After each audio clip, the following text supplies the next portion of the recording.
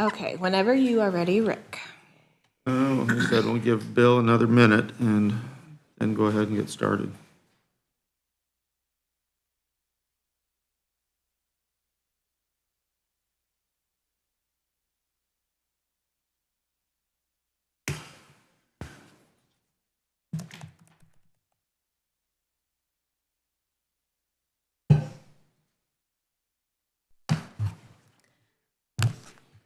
Don't forget your microphones on and have them close to you so everybody can hear. Good job, Dave.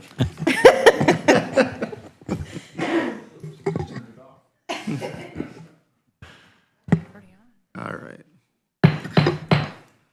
I'll call the May 9th, 2023 meeting of the DeKalb County Council to order, and we'll begin with an opening prayer by Councilman Yard.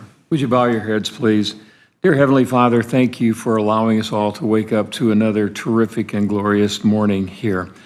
Lord, as we meet today to do the business of the people of DeKalb County, we ask for strength, wisdom, and guidance, that our decisions today that we make take into consideration the needs of our county and our constituents. We ask for this in Jesus' name. Amen. Amen.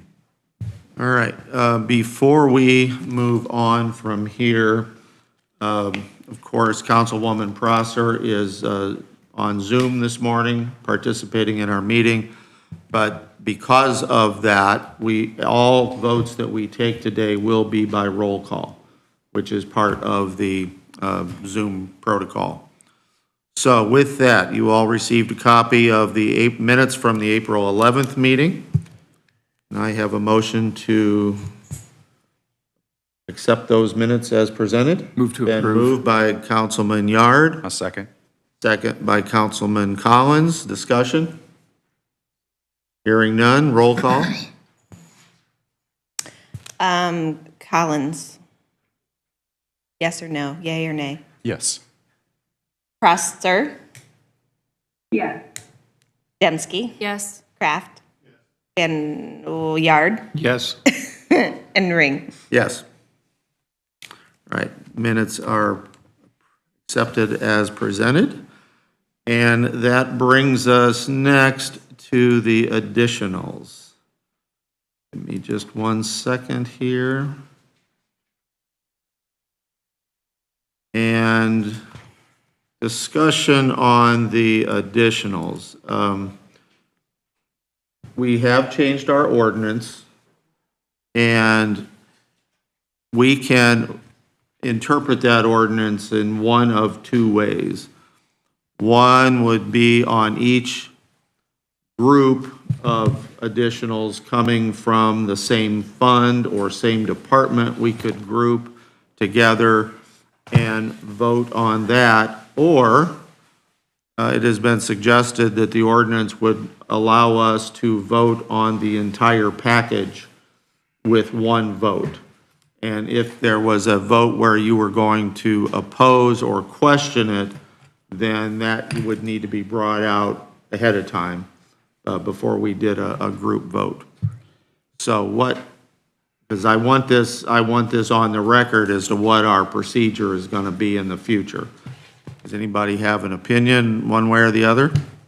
I'd like to take them as a whole and allow us to pull ones out that we have questions on, but we all have to be very diligent in looking at these ahead of time so that we have knowledge enough to pull those out. And as I look at this list, there's at least one that I'd want to pull out to discuss before we vote separately. So I'm comfortable with that as long as everybody's diligent to look ahead of time and have time to be able to pull those ones out that we need to question. The ones that we all know about and it's, a foregone conclusion, then we can just take them all as one. Okay.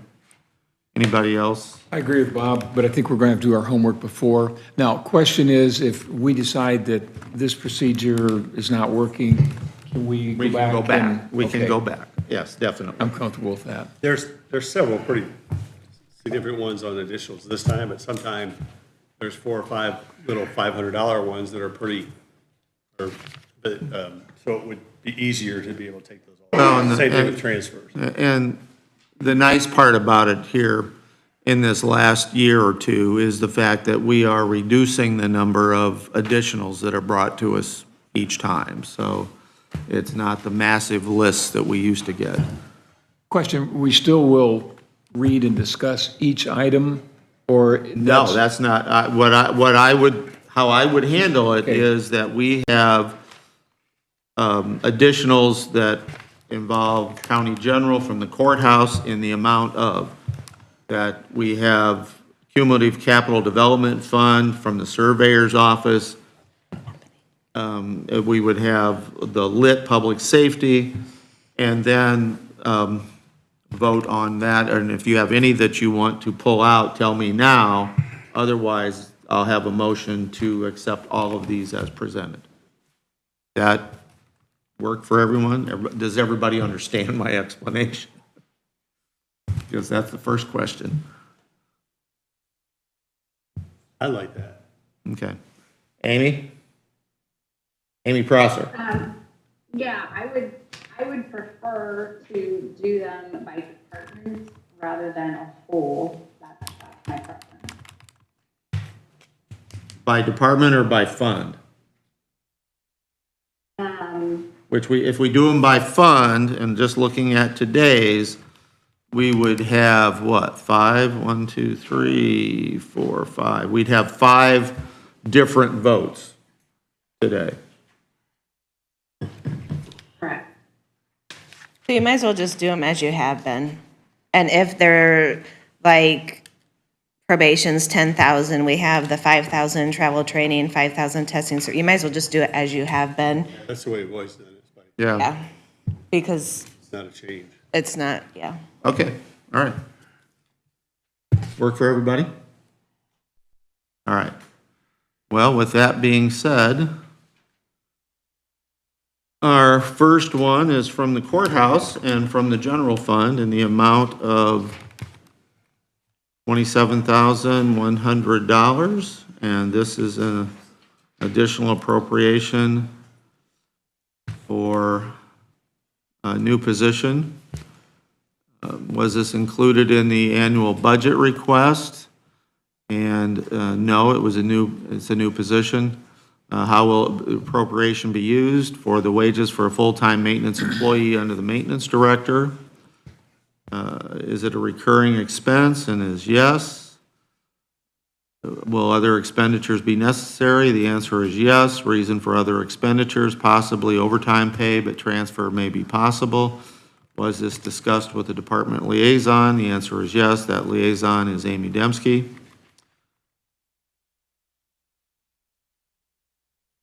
So, now,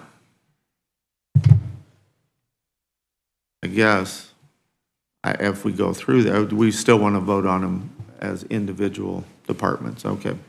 So if I can have a motion to approve this additional from the general fund for the courthouse. So moved. A second. Been moved by Councilman Collins, second by Councilman Kraft. Discussion, comment from the public.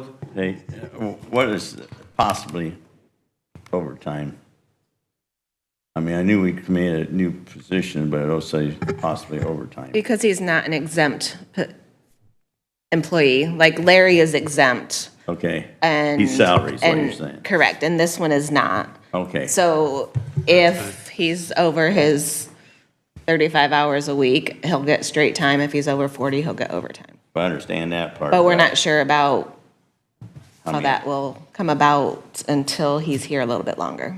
You have snow, you have projects they're working on that might be on the. Yeah, Well, but that's why, because he's hourly and not salaried. yeah, well, I just wondered because we put 27,000 in there and it seems, yeah, I mean, it's not a lot of money, but it seems like a lot for a part-time person. He's not part-time. Oh, he's full-time? He's full-time. He's a full-time Then definitely don't. actual Not very much. county employee. Okay. Yeah. And this only for the gets second in half. through the end of the year. Is this only for the second half? Yeah, because he was already here before. As part-time, so As a this was part-time. starting So you're now. saying second half July 1st on, right? Or from here on? May on. May May on to the end on. of the year. Okay. All It's not right. his whole salary. Right. It's not his full salary, it's just add-ons. No. It's just what An we need to addition. get him to the end of the year. Okay. All right. Further discussion, comment from the public? Right, Collins, Yes. Dembski, Yes. Prosser, Yeah. Yard, Yes. Kraft, Yes. Van Wy, Ring. yes. Okay. All right, next one comes to us from the Surveyor's Department, from Cume Cap in the amount of $8,000. And was this included in the annual budget request? The answer is no. The previous surveyor chose not to purchase. How will this appropriation be used? To purchase a tile locator, which will reduce the need to hire a contractor for locates and will reduce the cost to the citizens in the watershed. Sample invoice for the contractor is attached. Specific cost of the item is $7,643.01.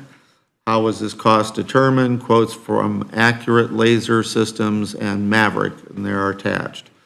Is this a recurring expense? The answer is no. Will other expenditures be necessary? The answer is no.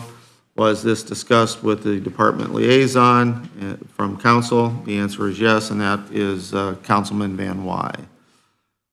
And I have a motion to approve this additional from Cume Cap for the Surveyor's Department. So move. Been moved by Councilman Van Wy. It's been seconded by Councilman Kraft. Discussion. Rick, my only question was this, in that statement that it will save money using an outsource, would we not use that money and transfer it in to take care of this? The money that's already been We're going to have to appropriated ask that for? question. Is there money in his contractual services to move? Yeah. Michelle? Come up here and turn on the mic.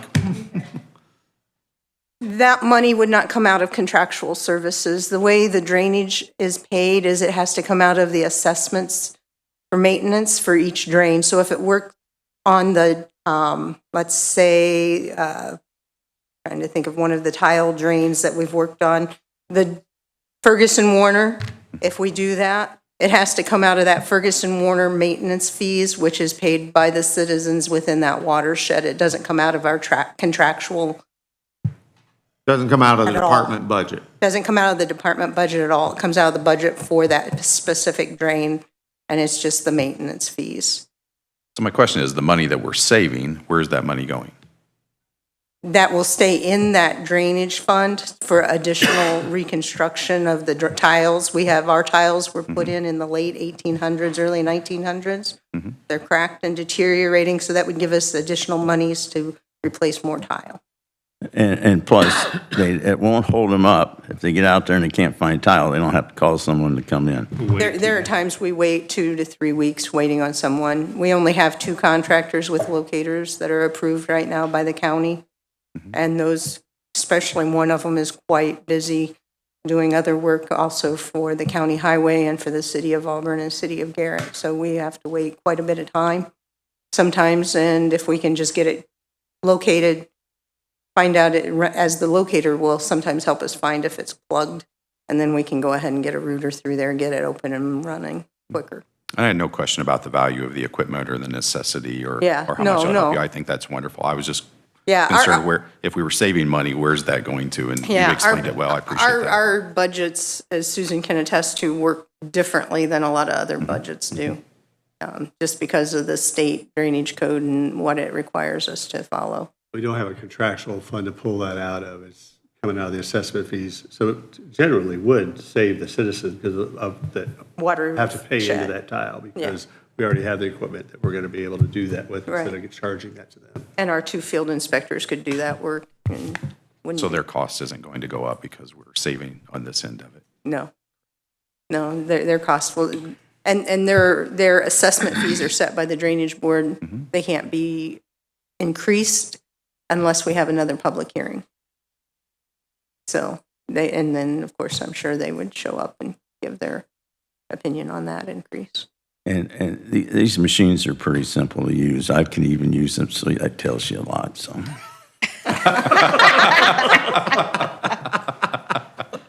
Make sure that gets in the Your tile, notes. you got a thing on top, tells you, hey, that you're going this way. Thank you. You're Appreciate it. welcome. All right, any other questions for Michelle? Oh, yeah. Any other questions at all? Once you have. Further So- discussion? One piece that I will push add, through. the initial question about contractual services, so it wouldn't be there because it is a piece of equipment. You stay on top. Do they have that in their regular general fund? No, they don't have enough to be able to transfer to pay out of the general fund, and with the amount of the equipment and how long it will last, I had suggested that it come from the cume cap. And that makes sense, and it's really just charges that are not going to be made to these drainage funds. So it's- Correct. All right, thank you, Michelle. All right, further discussion, comment from the public? Roll call vote? Collins? Yes. Prosser? Yes. Dembski? Yes. Yard? Yes. Kraft? Yes. Van Wy? Ring? Yes. You didn't even let me say your name. All right, Can't put it in the paper and say no names, this is yes. next one comes to us from, this is from the Public Safety County Share for Central Communications. This is for the additional 2 employees to Central Communications.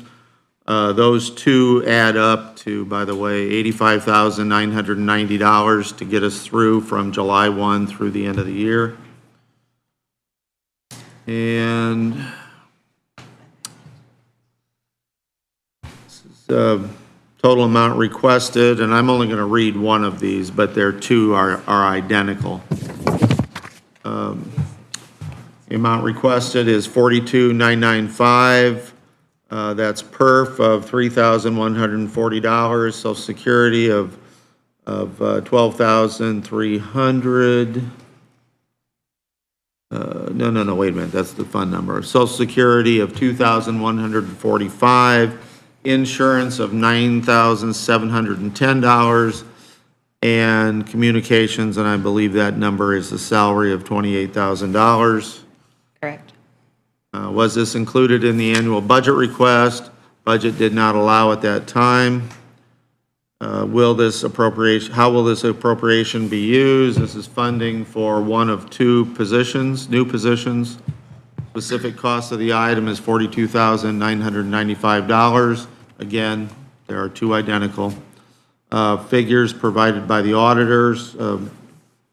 Is this a recurring expense? The answer is yes. Will there other expenditures be necessary? The answer is no.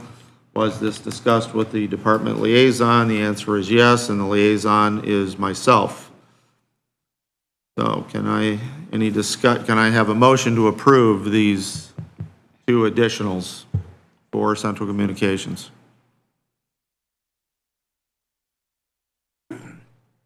So move. Been moved by Councilman Van Wy. Is there a second? Second by Councilman Collins. Discussion.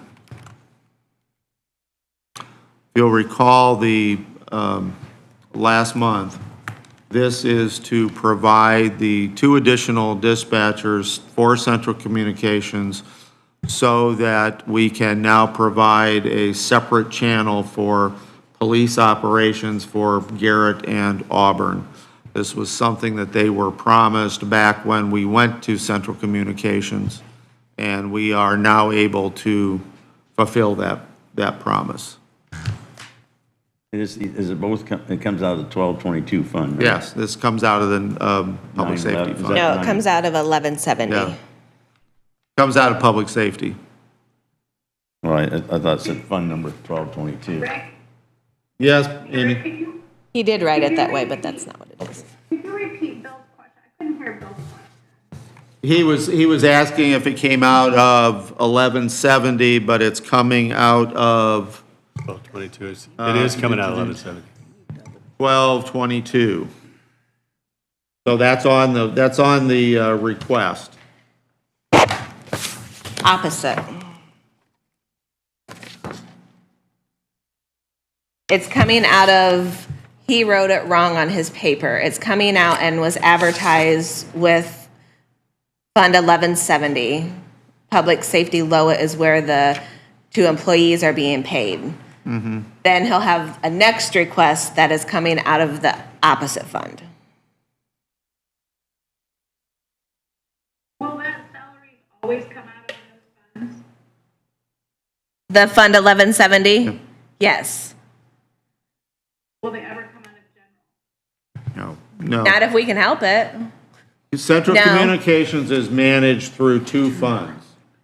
The 911 fund that comes to us from the state, those dollars are generated by the telephone assessment on each telephone bill, and from the public safety fund. They take no money out of general. My understanding was, like you said, Rick, it was more about a promise made. Yes, and the activity, because the activity of the 2 departments has increased since that change was made, or since that promise was made.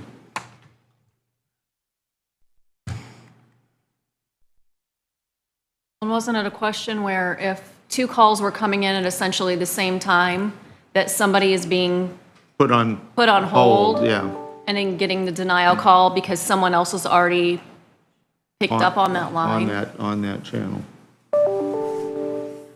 Rick, I want to explain my vote because I'm going to vote no on this. And the reason is I'm not against the additional employees or central dispatch, but I'm just against the timing on this. I wish we would have waited until after the new budget. This is a major expense right now that I still have some questions on the money, even though we have it right now. There's other things that are coming up, and I'm just opposed to the additional hiring mid-year like this for this amount of money. Okay, all right. Any other comments? I'll be voting no as well, very similar to Dave's comments. Okay. Susan, can you tell me if there's enough funding for the rest of the year in that public safety fund to be able to, what's our balance there? Plenty. Like And it will. a couple hundred, 200,000-300,000 or Oh, yeah. more? And than it will continue on next year. Which fund that is? Which fund did you say it was? 1170.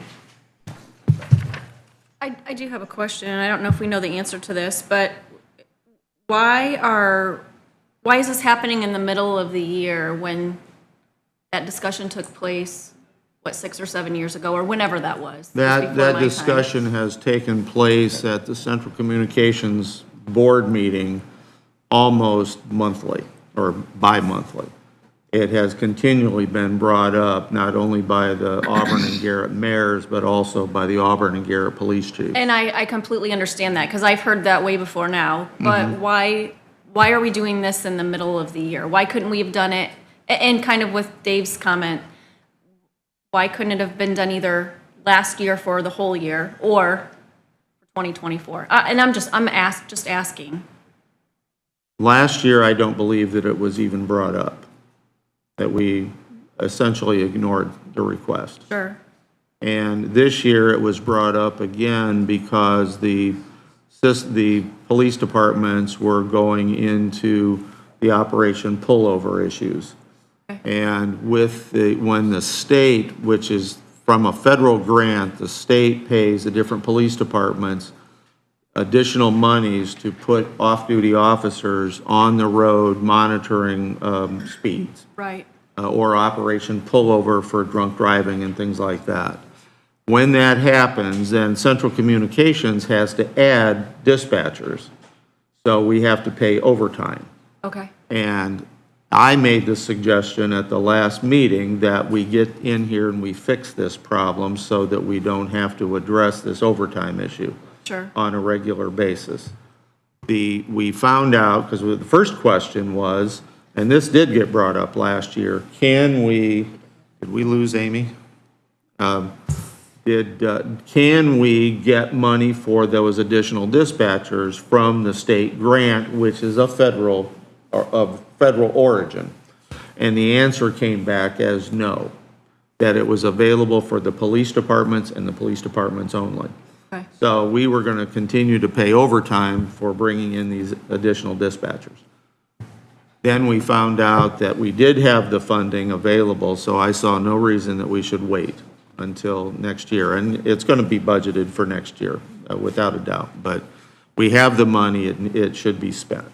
I'm going to vote yes. I'm going to explain why. Two reasons. One, I remember the conversation when he shared with us last month that it's really a safety issue for the officers too. Like when they are maybe pulling somebody over, there's a dangerous situation they might be going in, or somebody's just running a plate or doing something else that locks up that channel. So they could be in a dangerous situation and not be able to communicate back to get back up. That was number one thing.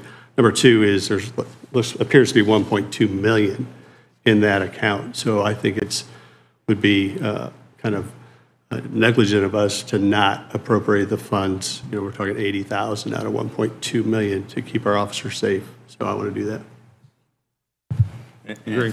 I'll add to that. If everyone's been through where you've been in my area, go through Steuben, DeKalb, and reroute it twice because they don't have enough people to answer it, you're really frustrated.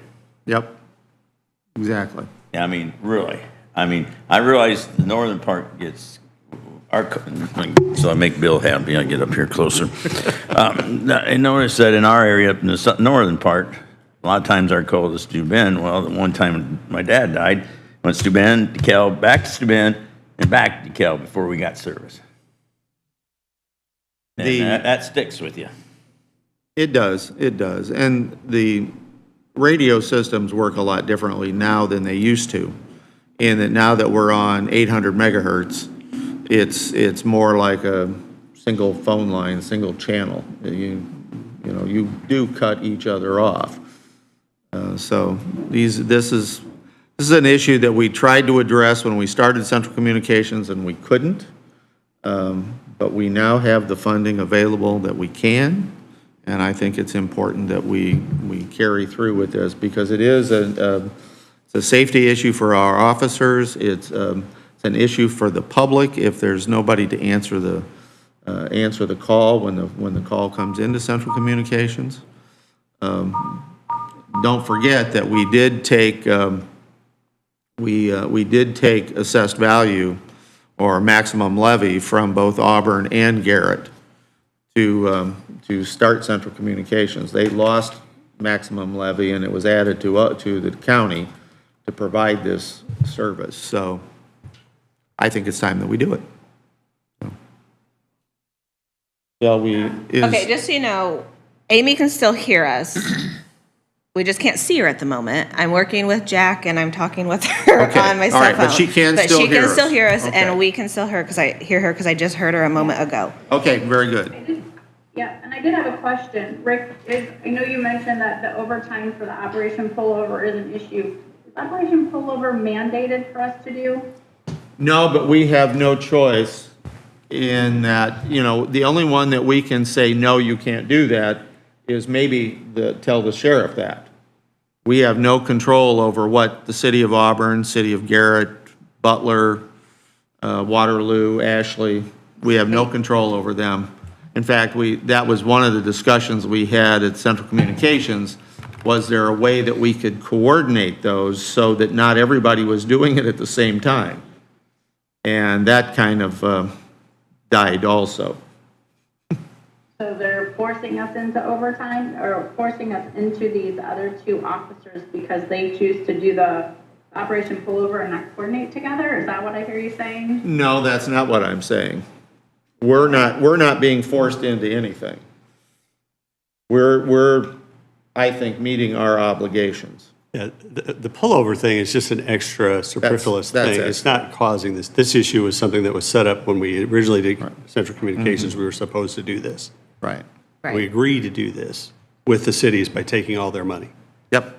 Correct. And when the state police in DeKalb County, do they go through our central dispatch or they have their own deal? I think they have the ability to talk with them, but they have their own dispatch Okay. center in Fort Wayne. So, any other discussion? Comment from the public? Right. Roll call. Collins, Yes. Prosser, No. Dembski, Yes. Yard, No. Kraft, Yes. Van Wy, Yes. Ring. Yes. That motion passes 5-2. Yep. All right, next. This also comes to us from Central Communications. And this expense will be paid from the statewide 911 fund, and it is an upgrade for telephone equipment in the amount of $106,005.08. What's in? Was this included in the annual budget request? The answer is no. Reason is did not know it was needed at the time of the budget preparation. How will this appropriation be used? It was a required upgrade of the phone system. Specific cost is $106,005.08. How was this cost determined? The quote provided by InDigital. Is this a recurring expense? No. Will other expenditures be necessary? The answer is no. Was this discussed with the department liaison? The answer is yes, and that liaison is myself. This is, and I will just start the discussion here. Well, no, wait, let me have a motion to approve this transfer, or this additional.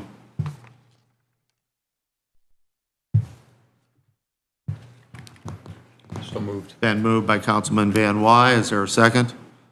Or, excuse me, Councilman Yard. Yeah, don't look at me like that, Bill.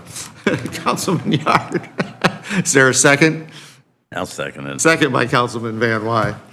I will tell you that this was a surprise to Brian and to myself. InDigital contacted them and said that they were behind several years in upgrading the phone system, the phone equipment. This is the 911 connections go for the state 911 fund. System all goes through InDigital. This was a requirement that it was going to have to be upgraded. I have asked him to put this on the cum cap budget for future, so that we're not caught unawares by this. So it is also being added so that we know that every 5, 6, 7 years, this is going to be required, depending on how technology changes. But this is all a surprise to Brian when it came up. Question, Rick. If this was an ongoing thing for 5 years, who should have been monitoring this during that 5-year process? Is that an internal piece or external? Well, you would have thought that since InDigital is the provider, they would have said, hey, you guys are behind. But it's like every other piece of technology that we've got. I mean, unless somebody tells you or you know. I asked Brian, because he was not able to be here today because he had an upgrade happening, and asked if there's anything I should tell you. And he said that this is a standard update to everything, but due to COVID, it put them behind, and they just now got around to telling us that they were going to be ready to do it with their schedule. They meaning? InDigital. Okay. Because we had planned it, I can't remember, I remember we had planned for it in a budget a couple years ago, and then COVID, and we never did it. Thank you. Again, this technology as it changes, I mean, I was talking with Jack this morning, you know, we're all going to be going to Windows 11 with our computer systems. Well, there are quite a few of the workstations and terminals that cannot accept Windows 11. So now we're going to be behind the 8 ball, having to upgrade a bunch of equipment. No fault of our own, it's just that technology has changed that much over the course of time. What happened to 9 and 10? Well, those are long gone. You're still on 5. I'm on 8. I'm on 8. Give me credit. I'm on 8. I think 10 is the one that had a lot of glitches. Okay, this InDigital, is it, it's nothing to do with our radios that we put in or anything? No. You No, know, this we went is all to phone. Motorola or whatever. it's just a fee that we pay basically to the state, right? Or how's this work? I don't understand this. This is part of the system that was designed by the state, the 911 system that we are a part of. Okay, And in fact, we have lost one of our dispatchers, one of the managers to InDigital. They're bringing people in. I know a number of the other counties have also, because it helps manage the system. It's InDigital is based out of Fort Wayne, or at least it was. I assume it still is. and this keeps our connection to Indy and back. Keeps the cables Well, open. it keeps the 911 connections together. Okay. And there is, I can't speak to whether or not this piece handles the switch that if the 911 circuits coming to DeKalb are busy, they flip off to Steuben or New Noble or wherever. I'm assuming that this is part of that system also, but I can't say for sure. But anyway, it's being added to the ongoing capital expense plan that we've got, so that it's on there and we can see it every year when we're looking at our budget. And there are going to be other things, as I've found, as we go through. We've asked people to make that list of what capital equipment you've got in your department so that we can get it into a 5-year rotation or a 10-year rotation, whatever that is, the appropriate time limit is, but get it on that list so that we know that these things are coming up. We keep finding things that, oh, I didn't think about that, or I just got informed. I think some of our battery backups to some of our computer equipment fell into that condition, actually out at Central, where something should have been upgraded and we didn't realize it until it was after budget time. So anyway, we have a motion, we have a second. Any further discussion by the council? Comment from the public? Hearing none, roll call vote, those in favor? Collins, Yes. Presser, Yes. Dembski, Yes. Yard, Yes. Kraft, Yes. Van Wy, Yes. Ring. Yes. All right, next. Comes to us from the fund is the problem-solving court grant. Comes to us from probation in the amount of $5,000.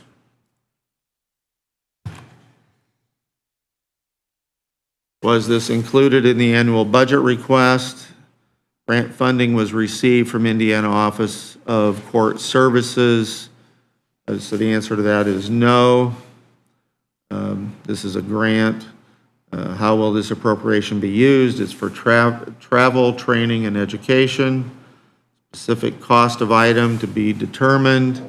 How was the cost determined? $5,000 max to be used for the National Drug Court Conference, June 2023. Is this a recurring expense? The answer is no. Will other expenditures be necessary? The answer is no. Was this discussed with the We did discuss it, liaison? And yes, with Councilman Yard.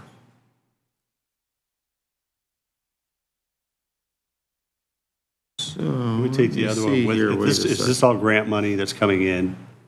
Can we take the next $5,000 one, which is the same department? Yes, with and this? I was just getting ready to read that one here, just a second. I'm going to take these together. Again, Just a second. Okay, try it again. right again. I'm trying to, I can see her right here in front of me. Okay, all right. I'm trying to figure it out. Was this included in the annual budget request? No, this is grant funding. It was received from the Office of Court Services. How will this appropriation be used? Will be used for drug screen costs, award to be used April 2023 through December 31, 2023. Specific cost of the item is $9.77. up to $35 per test. How was the cost determined? This is set by Abbott Redwood Toxicology. Is this a recurring expense? The answer is yes. Will other expenditures be necessary? That question wasn't answered. Ryan? It's grant money. Okay, all right. And was this discussed with the department liaison? The answer to that is yes. That was Councilman Yard. So we have two additionals, $5,000 each. And I have a motion to approve these. I move to approve. Been moved by Councilman Kraft. Is there a second? Second. Second by Councilwoman Dembski. Discussion? Who was, I'm sorry, I missed all of that. Who was the first? Kraft? Kraft, And Dembski. Dembski, okay. Thank you. All right. Discussion? My only comment is appreciate them going after these grants all the time and supplementing the services we get to offer by getting grants is great. Exactly. Exactly. This comes out of 9157 Grant. grant. It says ending balance is $3,300. Is that right? Yours probably doesn't show the deposit yet, Oh, okay. because that is as of the end of April. April. April. So you've had And I it think done. we just got it. Thank you. Any other discussion by the council? Comment from the public? Hearing none, roll call vote. Collins, Yes. Prosser, Yes. Dembski, Yes. Yard, Yes. Kraft, Yes. Van Wy. Yes. Ring. Yes. All right. And that is it for additionals. So, moving on to transfer requests.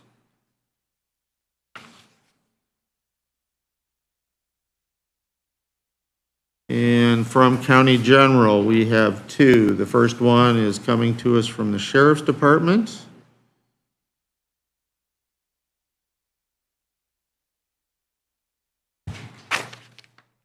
And this is moving funds from equipment and repairs, 33,620, to repairs and maintenance supplies, 22,310, in the amount of $8,000. Why is the transfer needed? There are attachments there with a letter. Will additional appropriation be requested due to transfer? The answer to that is no. And I will read a letter from Sheriff Thomas.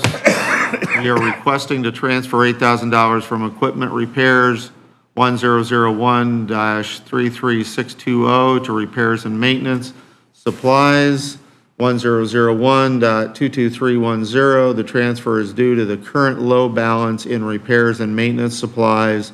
The current maintenance officer has purchased several supplies since the beginning of the year to fix maintenance issues instead of utilizing a vendor and paying labor as done in the past. Maintenance officer has been able to provide conduit work in the jail pipes, hung lights, and ran wire in the Holben building, repaired water leaks on several pipes throughout the jail, and learned how to flush the heat exchangers, all which have saved the county money by not having to call for several vendors to complete the repairs. We started with $13,500 in repairs and maintenance and are down to approximately $1,700. There are still several projects the maintenance officer is working on, including inmate toilet leaks. It is approximately $2,500 to replace one of the 65 toilets. Instead of replacing or calling a vendor to fix each leak, he has been cleaning and repairing what he can when they are needed at approximately $800 each. Another project is painting the inmate's cell blocks. He has 4 blocks still to complete, and the paint and supplies are around $500 per block. I appreciate your assistance in this manner. Sincerely, Brady Thomas, Sheriff. And I have a motion. So moved. Been moved by Councilman Collins. Is there a second? I'll second. Second by Councilman Kraft. Council discussion. I will say that as their liaison, it is a number of years before the jail is going to get replaced. We know that, and the more that our maintenance person can complete these repair jobs to extend the life of the jail, the better. He's got someone there that is capable of doing the work, and I'd like to support them as much as possible, keeping that jail functional.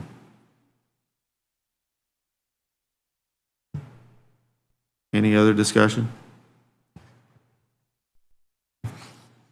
Comment from the public?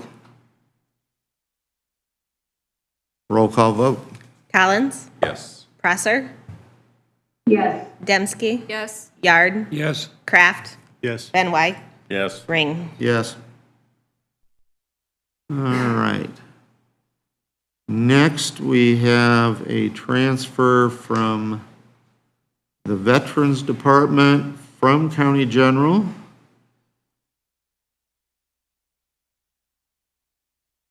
And this is in the amount of $898, and it comes from account 34140, software maintenance, and transferring it to 22460, Memorial Flag Day flags, in the amount of $898.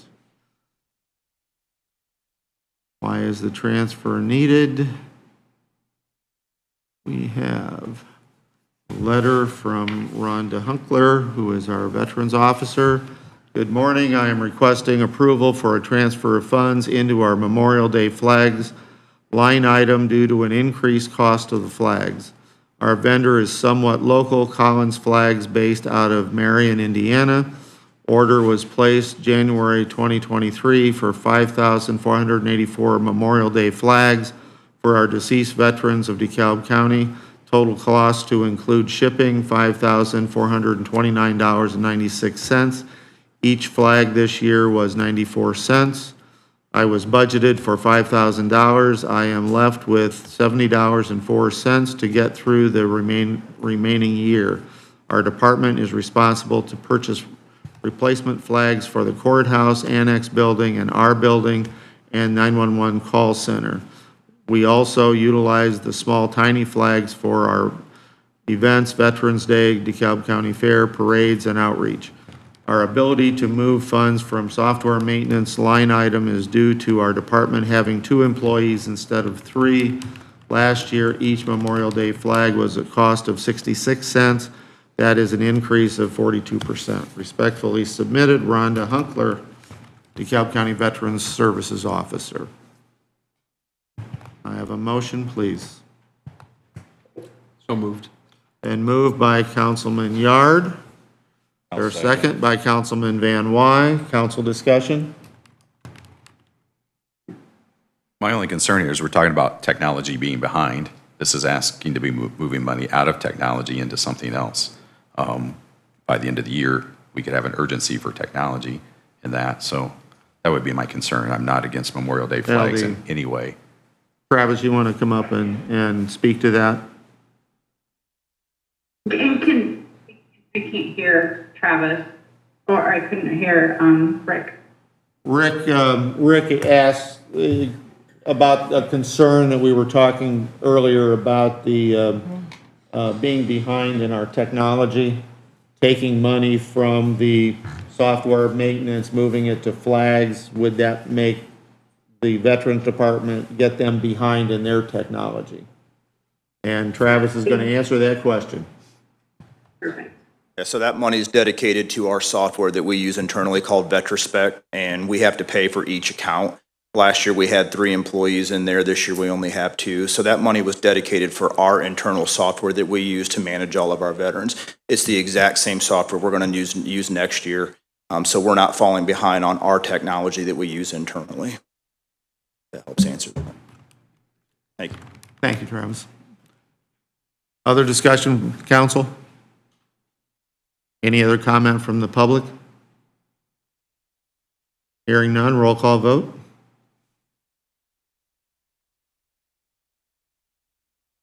Sorry, I'm still working on Amy. Collins, Yes. Prosser, Yes. Dembski. Yes. Yard, Yes. Kraft, Yes. Van Wy, Yeah. Ring. Yes. All right, that motion passes 7-0. All right, the next transfer comes from the local health department annual survey, operating supplies to other service fees. In the amount of $1,000, moving from account 22,130, operating supplies, to account 32,780, other service fees.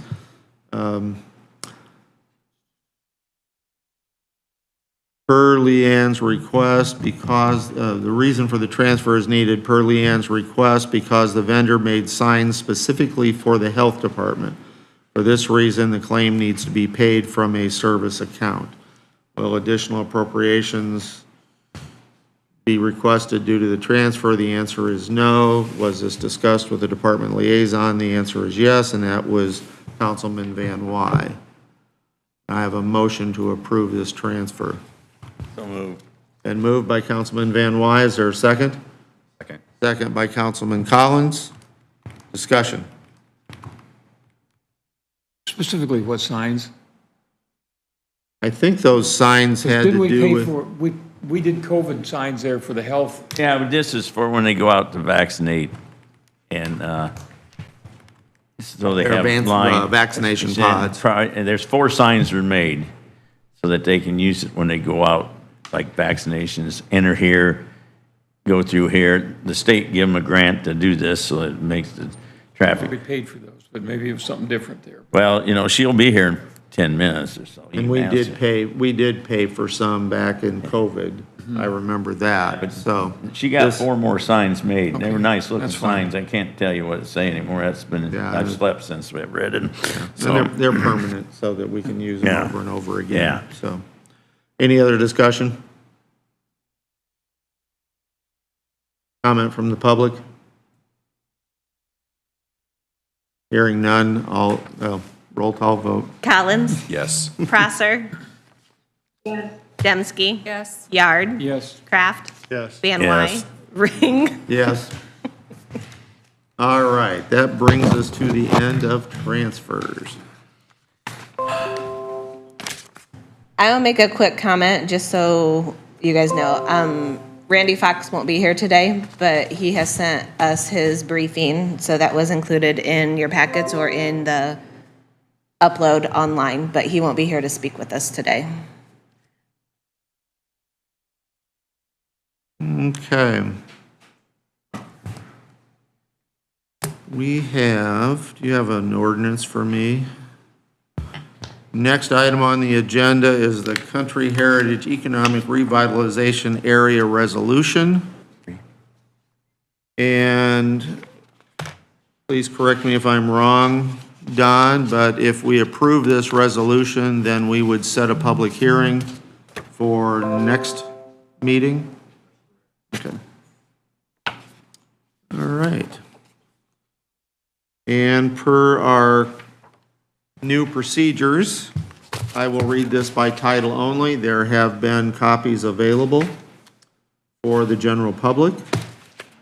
They want one, and there are some out here on the table if you have not seen these.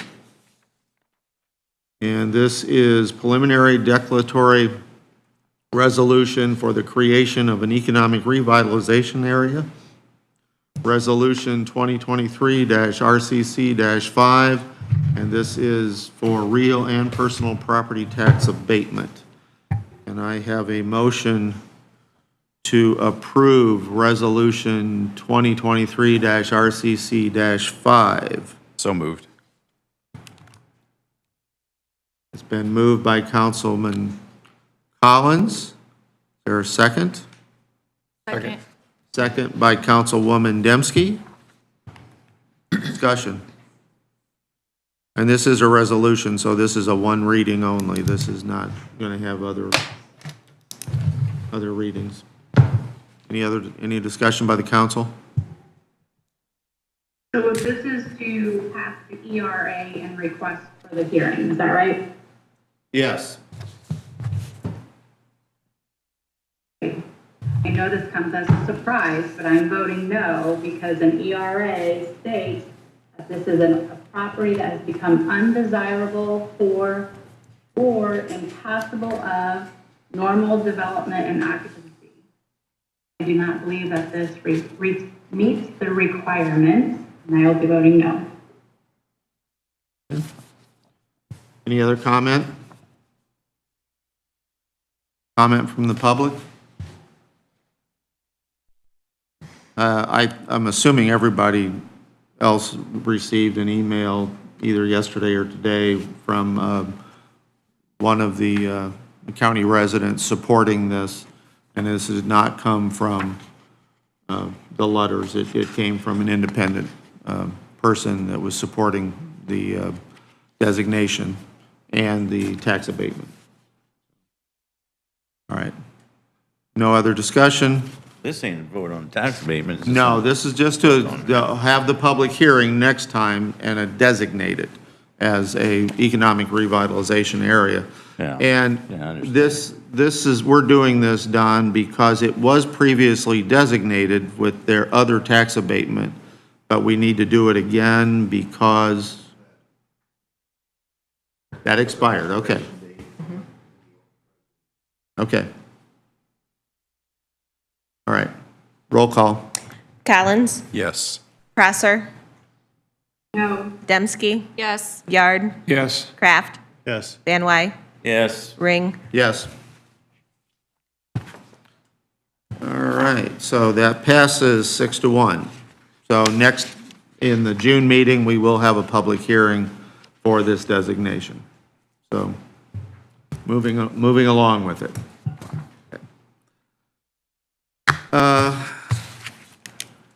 Next item on the agenda is, since Dr. Sauter and Cheryl are here, can we skip over the commissioner's discussion? I haven't signed that yet. Can we skip over the commissioner's discussion and let Dr. Sauter and Cheryl go ahead? Yeah. We want to return Dr. Sauter to his office as soon as we can. Hey, Mike's been there, done that, so. Mike's not going anywhere, so we might as well skip him over. Okay, that's right, he's not going anywhere. All right, so with that being said, Cheryl, you want to start this discussion?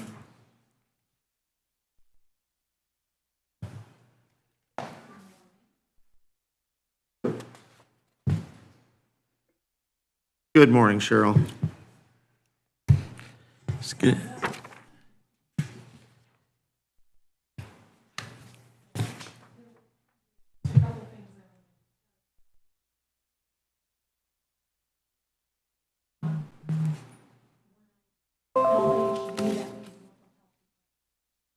Is your mic on?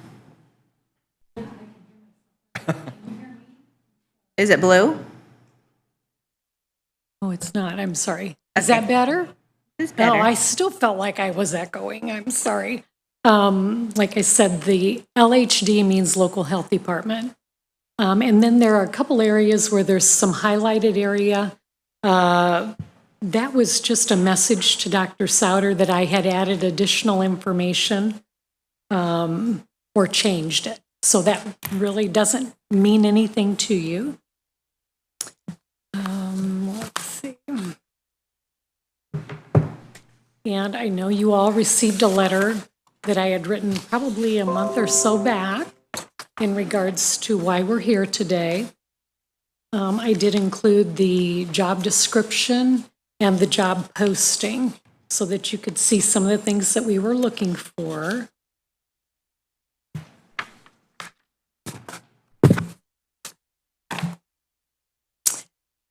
All right. So I guess where I want to start is the talking points. I realize you already have all the information, but I wanted to emphasize some things. One of the main reasons I'm here is because we're not so much competing with the local health departments that are near us. We're competing with local private sector wages. And that has proven to be, it's holding us down in being able to recruit nurses. I know that you're already looking into wages for next year, but I'm asking that you would please consider looking at our nursing wages now. I've been trying to recruit someone since December, and we're just not getting any response. I guess there's a couple things I would say. The nurse that we did have in this position that I'm trying to fill left us for a local private sector, and she made $30,000 more a year with an additional $10,000 sign-on bonus, and there was no experience required. It could have been a new grad that got that position. And if you talk to her, she would tell you that she left only because of the money. She loved working in our office. She loved the people. She truly loved the work. But unfortunately, that kind of salary speaks volumes, and we lost her. I did interview someone that was very qualified. I think somewhere in here I mentioned that it took us 2 months to get one person. That was, I think it was our first resume. And then it took another couple months before we could actually find someone that was qualified for this position. She was very excited about it, but could not take the wage cut in talking with her husband. So, and we've touched base with her since then. She accepted another position. We are looking for a registered nurse, but we need someone that's mature and seasoned. The administrative part of this, it would be good to have someone that has had some type of experience in that. And then ideally, they would be able to have some budgeting experience, also grant writing experience. But those things, I anticipate that there's going to be quite a bit of training in that area. It's just hard to find somebody that has everything in one package when I look at what we're needing. This person is going to be my first deputy, and I would like to get them in so that they can be trained. It takes quite a while in this position to feel comfortable. I want, when the time comes, it's not here yet, but when the time comes, I want to be able to retire and not stress over throwing someone into this position and have them struggle, because it wouldn't be pretty. It'd be awful. One of the main reasons I'm here, too, is a plan for succession. We have 3 of us nurses currently. 2 of the 3 are already more than eligible to retire. Within a year, all 3 of us will be able to. Not that we're leaving, but I just want to bring up the fact that we are going to need a whole new crew somewhere soon, and this can't wait. This is something that's going to have to be addressed so that we can get some new people in there. I don't want to sound like I'm puffing myself up, but if something would happen to me right now, nobody in my office is able to do my job. I had that with Karma. Oh, I'm sorry. I don't know if I should have mentioned it. But you do have another nurse in the office. We do. Okay. Yes, we do have nurse, but we don't have anyone that is able to help with any of the administrative, the budget writing, understand all the different accounts, that kind of thing.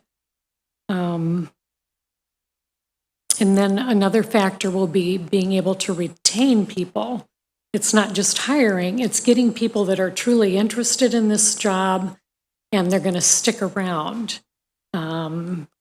So we're looking at someone that's comfortable in this type of work and able to and wanting to stay after they've been trained. One of the things I feel is important to mention is the differences between us and regular doctor's offices. And I did put that down here, but I do want to go through it. The nurses in our department, we work autonomously. We don't have Dr. Souter on site. We're expected to be able to make decisions on our own most of the time, and know that he's going to approve of that. We know when there's an issue that has a feeling of possibly being a court case or needing more knowledge as far as decision making. So we know when to refer to Dr. Souter and our attorney. We're paid a salary, and we're expected to work hours according to the needs of the projects or the things that come up through the day. We take call. And this is probably one of the bigger things in my career and the other girls is the fact that we are trained in preparedness. We led the COVID response in our county. We successfully utilized volunteers and managed to pull in local support by using people in their giftedness to help have them join us in responding to the needs of the county.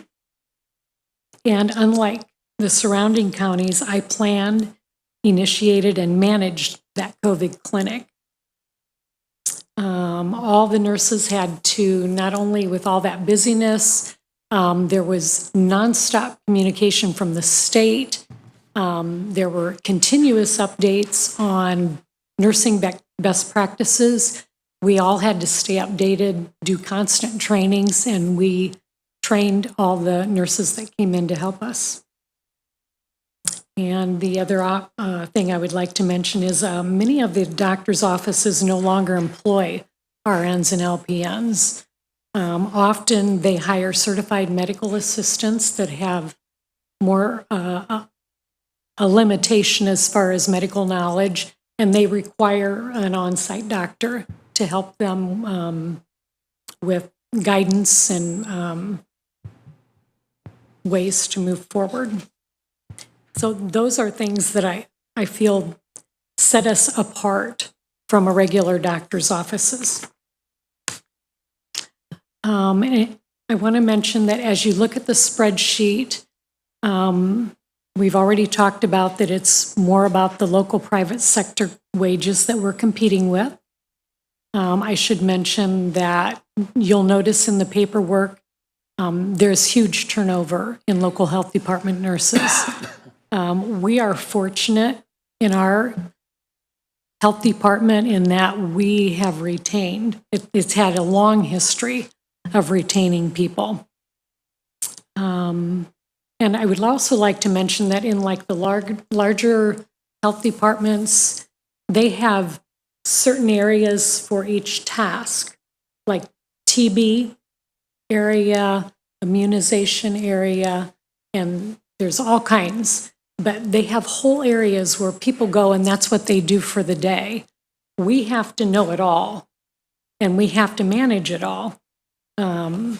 So that kind of sets us apart.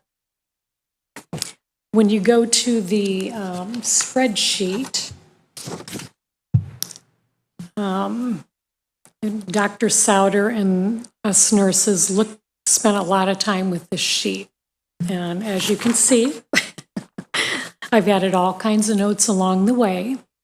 I realize, and I talked to Dr. Souter about this, we're not a metropolitan area, so possibly our wages are going to be less than that, but Auburn's cost of living, I'm pretty sure it's common knowledge, is high. compared probably to Fort Wayne. I could be wrong about that, but I really feel it is high. When we look at Allen County, if you look, that section beside Allen County, this is talking years of service. So the starting pay for an RN, when you compare that to the nursing wages that we have, the starting pay is $8,134 more than our nurses are making right now. That could be a new grad. If you look at the 1 year of service right beside that, our nurses are $13,239 under what 1 year of service is for Allen County. If you go down just a touch more, you'll see LPN under Allen County. 1 year of an experience, 1 year of, service for an LPN is more than our nurses are making currently. And that's an LPN. If you come down farther, you look in DeKalb County. Today's my 10-year anniversary for working for you. Deb's been here 8.5 years, and Teresa's been here 1.5 years. So we've been around. We know our work. As you go down farther, I would like to mention, you're going to see several lines on the responses that we did get from people. They're struggling. It's mentioned quite a few times there. They're trying all different kinds of things. This has been an ongoing problem for many years, but it is now like front and center for all the health departments because of the wages that are needing to be addressed. If you look under LaPorte, they were posting for 2 years to replace an RN, and the only reason they got one is, it appears when I read that, is a local person lost their job because something had closed.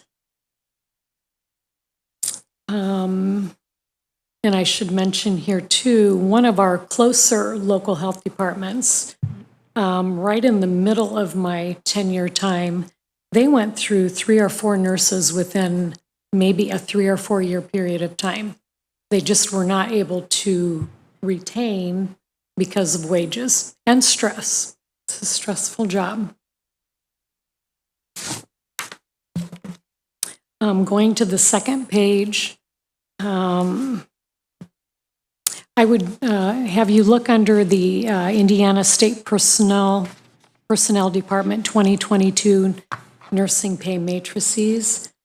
The first column, first couple columns are the nurse, and this is talking years of experience. When we were talking about Allen County, we were talking about years of service. This is years of experience.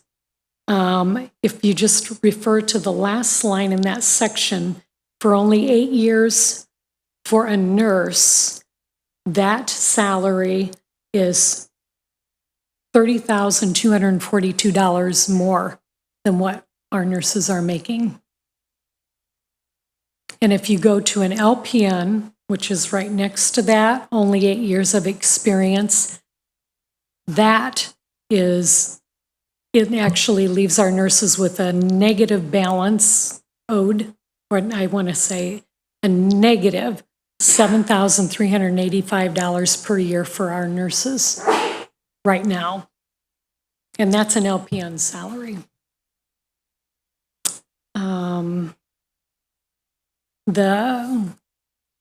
The bottom section, the Hospital Association, I picked out a couple different things, but really the clinical nurse is the doctor's office, and that's where I would reference the differences between us and them.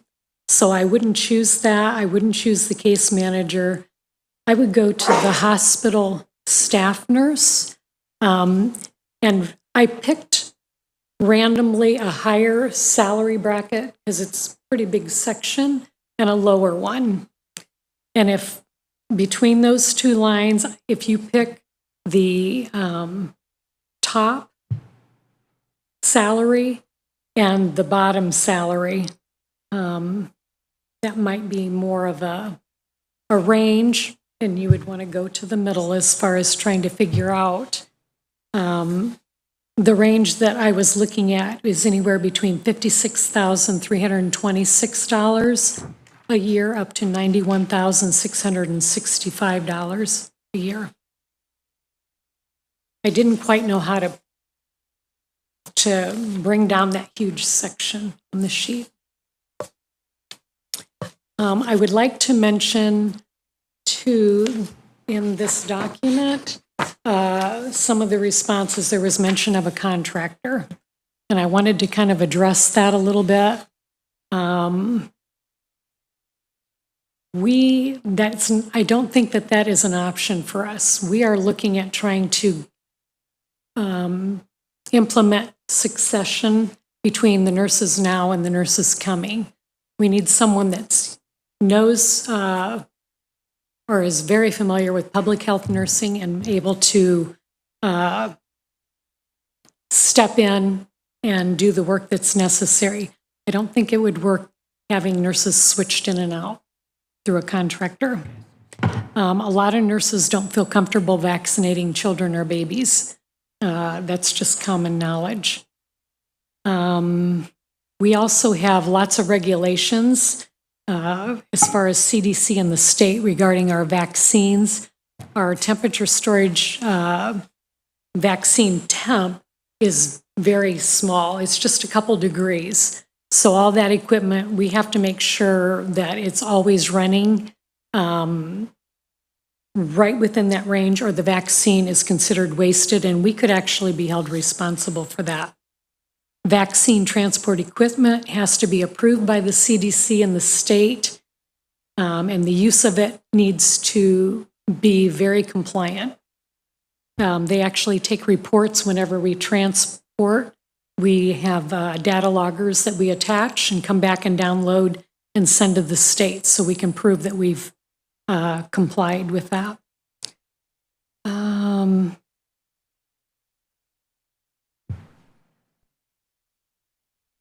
Our nurses, we all have to do a number of yearly trainings that the state and CDC require for us to even be able to do the program, vaccination program we do, and also be able to administer the vaccines.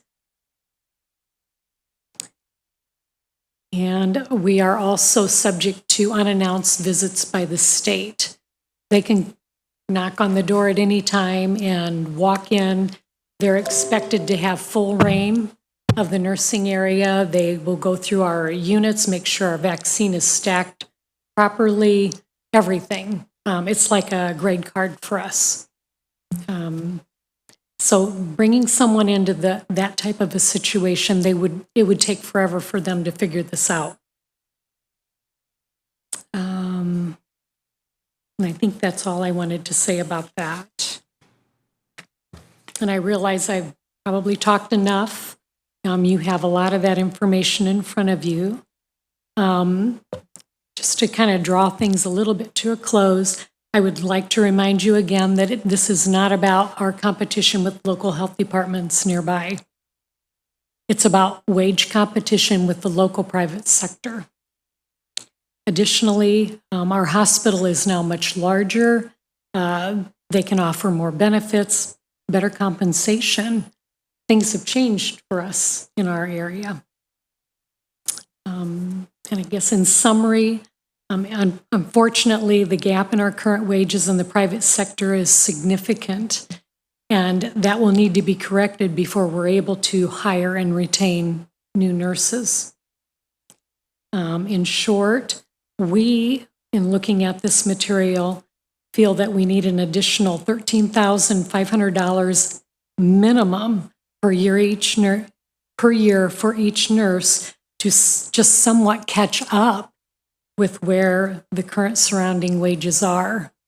And if we're going to be able to hire we feel that it's going to take an additional $10,000 plus possibly more each year to allow us to compete for experienced nurses. Right, before we go on anymore, before we start the conversation with the council, Dr. Souter, would you like to make any comment before we start the questioning? Right along with what Cheryl has said, as you know, that during COVID, there was a fair amount of nurse matriculation. A bunch of nurses just said, hey, this is enough. They were closer to retirement, or they chose family over the work and the risks they were facing on a day-to-day basis. Then you have the 3 major hospital corporations in Fort Wayne now, including the one that serves us, Parkview, with IU and Lutheran, and they're in hot competition for each other as well. So you see these gigantic sign-on bonuses. I've heard them as much as $20,000 or $25,000 in the past, $10,000. Where we lost Karma was a little bit of a surprise they were still doing that, but that's a lot of money for someone to leave on the table just for changing their work address. So another point, Cheryl is going to need to have almost 3 months to catch up on her time off that she's accumulated. And whenever that happens, we have to have someone in place that can do some of these administrative tasks that no one else can do.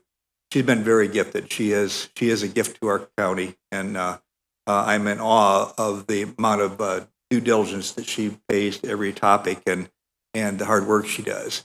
I realize that also that we bring a lot of our own money to the table through the health department, through grants and other functions that we are involved with, and we want to continue to do that, enhance that, and then so there's a little bit of independence in the budget that maybe some other departments have, and that'll be something that you guys can maybe educate me on a little bit more too. And then the other point that I like to say, there's a place for me in a visionary role here, and you've all heard about the state's commission on health, how we have been underspending in Indiana. We're like the 46th or 47th state on health expenditures towards public health. That shows up in statistics across the state. They're desperately trying to improve that. And it's not just an image, it's about doing a quality job. It's about doing what we should be doing to help public health. Now, so I have my eyes open to the possibility that if we were able to acquire that money, over $1 million or so to the budget, that I don't believe that would be in perpetuity, that the county would have to support that. And part of what we have seen that's going to be required is that we are going to have to find partners that do some of these things. And obviously for maternal fetal health and the death rates, so forth, that's not something that our health department has a lot of impact on, but there are organizations in the county that do. So part of what that commission is engaging us to do as health departments is to go out and have an outreach to help organize those tasks outside of our department and to make sure they get done. There's always a reporting question. Cheryl gave the question to the board. I guess, what did you get back? That the reporting was going to be a little less than they're afraid it was going to be, hopefully. So all these things are still up in the air, but if you would look at this as if we have, at least for sure, a short-term emergency need for cash into the nurses' incomes, that we may be able to support that outside of the county budget better in the near future if that opportunity arises. Other than that, I don't have. I do want to mention the fact that, number one, DeKalb County should be very proud. I worked through my previous employer and through the District 3 Emergency Preparedness Group I worked closely with Cheryl and with all of the other health departments in the 11 county region. And our health department, Cheryl, had this department well-prepared, well-versed, plans written. She was on top of it. She just has been an excellent asset to DeKalb County, and we need to be very proud of what she does. And we need to continue that. You know, God forbid that we should lose Cheryl. We're going to be stuck. Dr. Souter has also been a great asset to us in the continuity of being with us for more than 10 years. Mark, I don't even want to ask how long you've been health officer, but you know, we are blessed, but if we're going to keep this up, we're going to need to fund the department. Now, that segues me into the question of the auditor. The majority, if not all of the funding for the salaries all comes from our health fund, which is limited. So we may have to look at tapping into the general fund to make up the differences that they're looking for. The other issue is that if we bring in nurses at this level, we can't allow that to be more than what our department head is making. So we're not just talking about the nurse that she needs, but we're also talking about looking at the entire salary structure for the health department. And at this point, and I know that there's a Zoom call this afternoon, there's one on Thursday to help educate us on what the legislature did with the Public Health Commission's money that they're going to be appropriating and how we can tap into that. But we won't know those answers probably until next month. But with that. So when we do our percentage spreadsheet for the cash, we always aim to have at least 33% cash balance. So when you guys were preparing for the 2022 budget last year with the requests for her 23 budget, the estimate for the end of this year is she's still going to be at a 70% cash balance. So we do have the money there. She does have money in the health fund to be able to fund this. Okay, very good.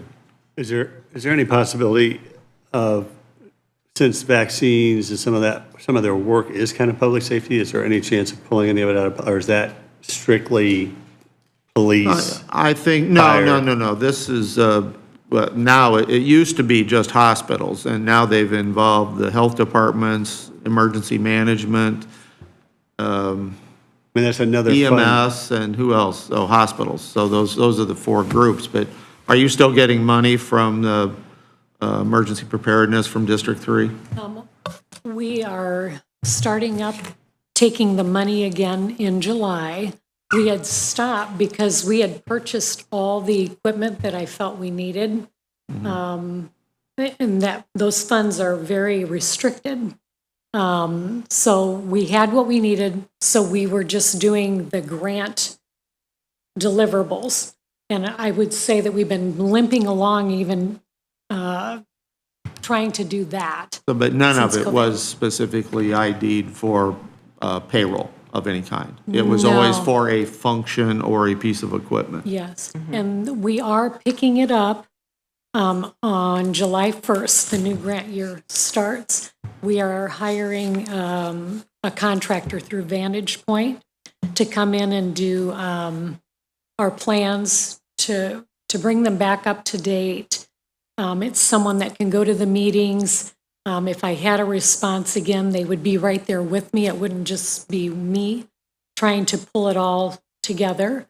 And my goal would be that we would still be involved, go to the meetings when we can, keep up the relationships, because I feel that is critical in preparedness. But so we hadn't been using it, but this new contractor will basically sign the grant money over to him. But That that is my public goal. safety money can't be used for any salaries, it's restricted. I'm sorry? Any public safety funds we can't use for salaries, it's restricted to these projects and programs. preparedness money? Yeah. Is that what he's talking about? Yeah, you Yeah. can't use it No. for personnel. No. No. For one split second, Cheryl's pretty modest. So modest that we don't have a cake or a celebration dinner here for her today. I think she said it's her 10th year anniversary. So thank you, Cheryl.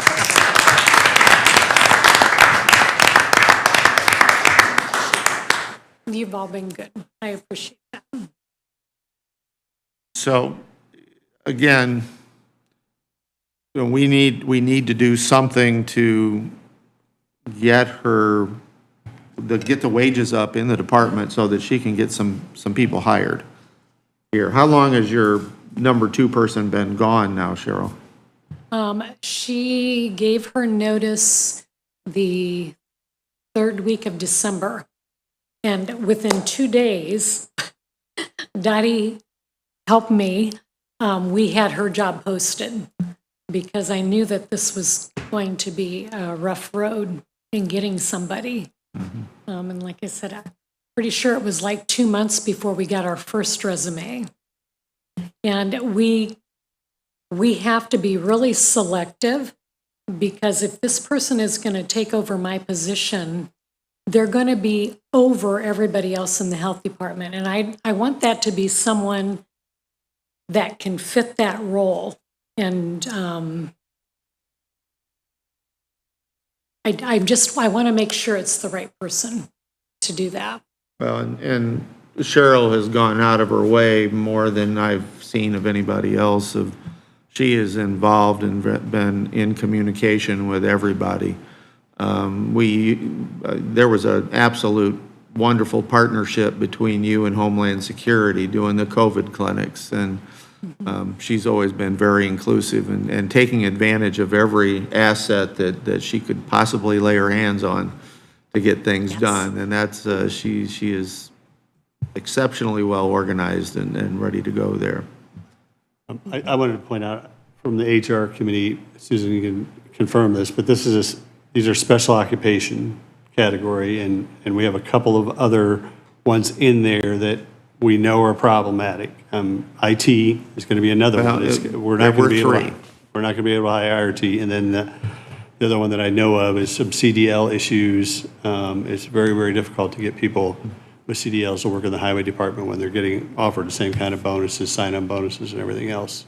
So we have 3, but this one's the most immediate, I would say. Right. Go ahead, Dave. Okay, to be able to look at commingling public health and public safety funds, is this something we should be getting the legislation to be able to look at to start to address on this? Because, we've got quite a bit more money in the public safety. Public safety, those are 2 different things. The public safety that she was talking about is not 1170. It's, Okay, I'm talking about 1170 there. I know, and that's not, even though public safety was the word used, that's not what they were talking about. They were talking about a preparedness grant. Emergency preparedness grant. But there's Yeah. no way we could use public safety money. I don't think that I don't public think so. safety would be appropriate No. in this case. And again, we need to find out what's happening with the Public Health Commission and that money that's there. And We then- already know that Susan has just let us know that there's a cash balance there ending of 70s.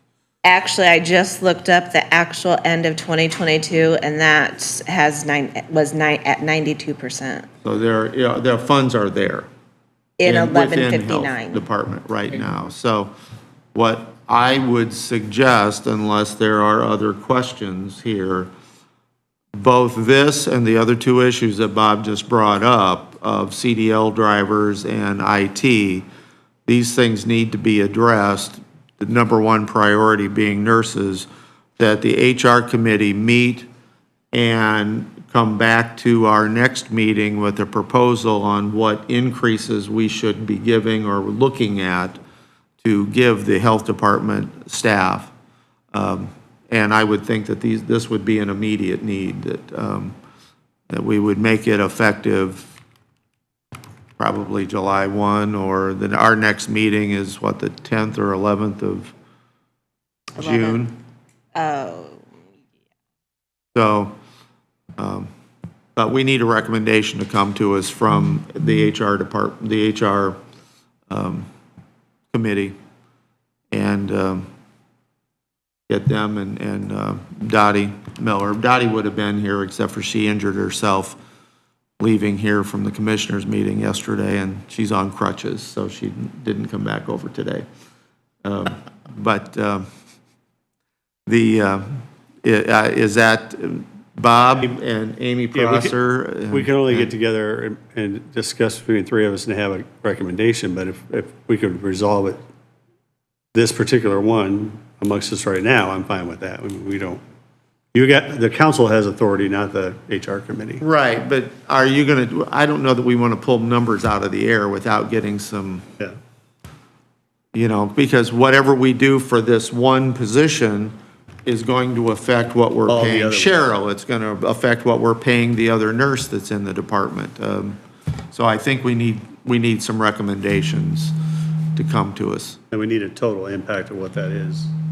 Exactly, because if we're going to fix one, I think you need to do the other people in the department at the same time. Everybody in agreement with that? You don't have any of those numbers calculated already, do you, when you talked about an additional 13.5 a year or an additional 10? I don't. I would have to refer to Susan because I know that there's a lot, even like for insurance and stuff like that. It's way above my head. So who's going to put those numbers together is what I'm asking. Well, I think Dottie? that with Dottie Miller and with the auditor's office, and Cheryl's input, we can get you the information for the HR committee so that you can make a recommendation to us in June.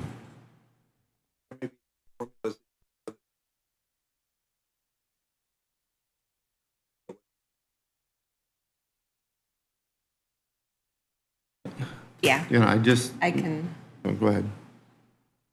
I just, Do that. just caution everybody that, can we compete with what the private sector's paying? We can probably get close, we can do better than we are, but can we compete with what the private sector's doing? That might be a little difficult.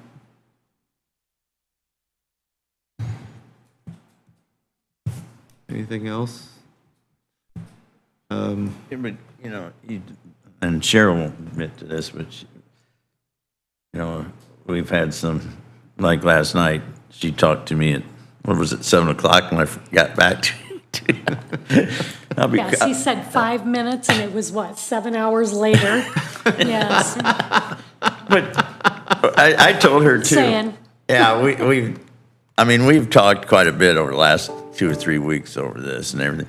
But you have to understand, she's putting in extremely, like Dr. Sauter said, she's probably, 3 hours of comp time behind as much time she's put in and stuff. Well, and how much PTO time does she have built Yeah, up? that's what I mean, PTO and stuff like that. Because, she's told me that anytime I want to call her up until 9 o'clock if I have a question, which I won't, because I'm usually in bed too, but, we've talked continuous on this, and I would like to see, here's what I'd like, and I'll talk to you after a day or two, but put it together, this is what we need, and let Susan and do the formulas for the insurance and everything else, so you know what you're getting into and make it competitive with the hospitals. And then I just need to know what you're thinking and the rest is easy. The rest is easy, so, and I know we've talked about different things, that's between you and me, and I'm not gonna bring it up, but, we have an idea what the salary, what we thought, so I'm gonna let her. Well, and if, I'm assuming that the HR committee would not be meeting yet this week, but after Thursday, we should have an idea what funding is available to us from the Public Health Commission, but that also will go back to the commissioners in that the commissioners need to either opt in or opt out of that funding that's available. So part of the decision. And it looks like at this point, we've got funds available in the health fund itself, but if we're going to do any of this with the Public Health Commission, the commissioners are going to have to be involved and choose to opt in. So. Anything else for Cheryl and Dr. Souter? Just want to say quickly, Cheryl, you are modest. We could spend all day thanking you for what you've done in the last 36 months. It's beyond what we even know in this room, and you've served our county well and honorable. Well done. So thank you. Doc, to your point, in this last 36 months, I've spent a considerable amount of time in hospitals and nursing homes because of family health issues, and been privy to a lot of conversations, or at least eavesdropped a lot of nurses talking, and it's really a game of the highest bidder right now, and that's a tough place to be. It really, really is. But they're not only talking about it themselves, but they're talking to their peers and saying, by the way, I'm getting this offer, do you want to come with me? And it's not just, it is the IU Health, the Parkview, the Lutheran, those agencies, but it's beyond those doors and beyond those counties. I mean, people are in the same situation we're in here. Yes. They're desperately throwing everything they can out there to lure people away from their homes, from their communities, whatever it takes. And we don't like it. We'd like for all of our nurses to serve the way you serve, with your heart and your passion. And thank you again for that. But it really has become a money game. It really has. All right. Thank you, Cheryl. Thank you, Dr. Souter. Thank you. All right. As you can tell, we're kind of a little behind here, but Your phone.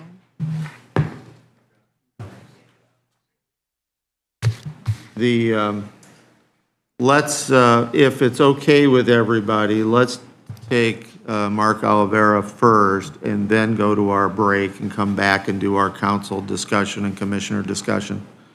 Unless there's a desperate need to go to that break right now. Well, it's 5 minutes or less, we're good. If that's okay with you, Mark, we can take the break. I just didn't want to delay you guys if you had someplace to be. Okay, all right, very much. Let's come back in 5 minutes if we can. For me.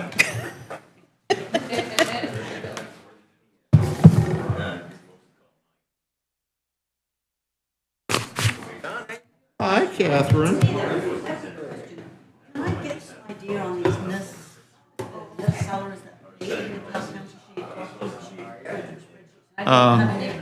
Maybe, you can.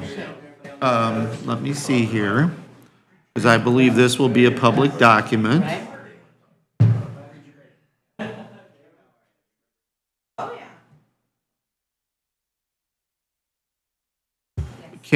Let's send Cheryl's talking points to Catherine if we can. It's attached to the, yeah. Yeah, it's attached to the job description and everything else. That's good? Okay, good.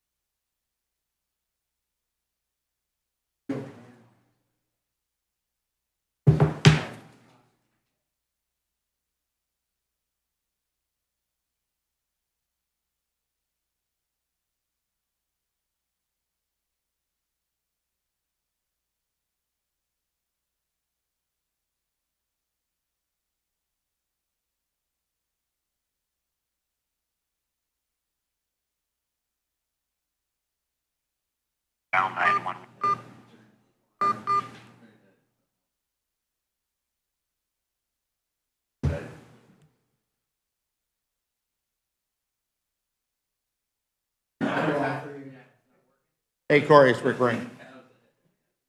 I'm good. We're in the middle of a council meeting, but we're on break right now. So what can I answer for you quickly? And if it's going to be quickly, I'll have to call you after the meeting.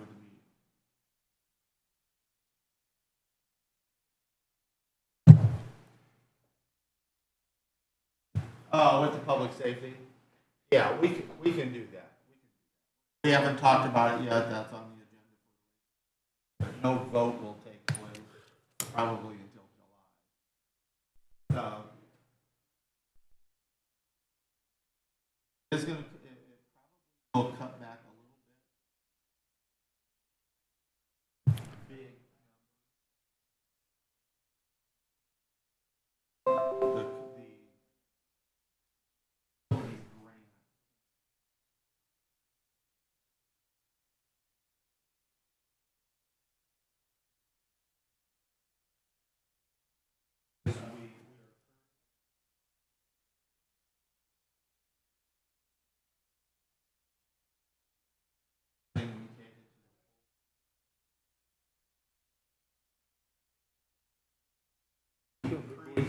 What's that?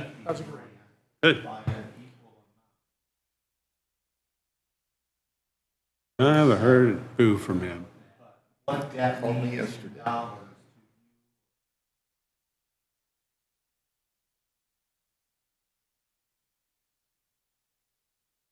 on it, but Quoting all that. minimal.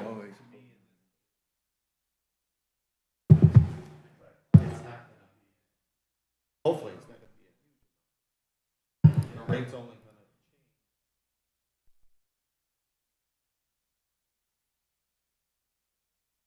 All right. I'll get Susan and or total dollars we're talking about. Right? All right.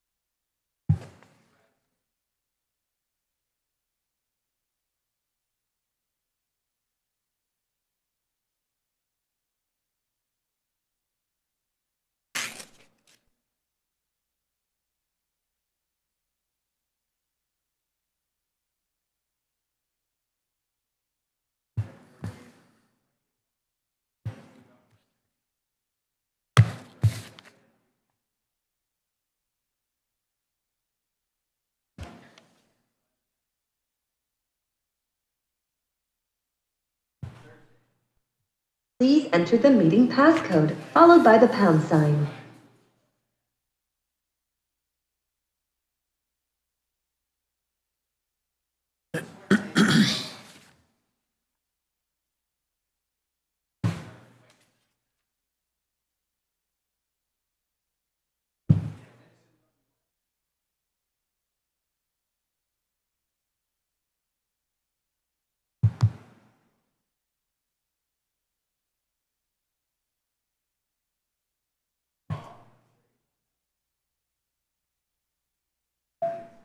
In the meeting now. Revitalization area.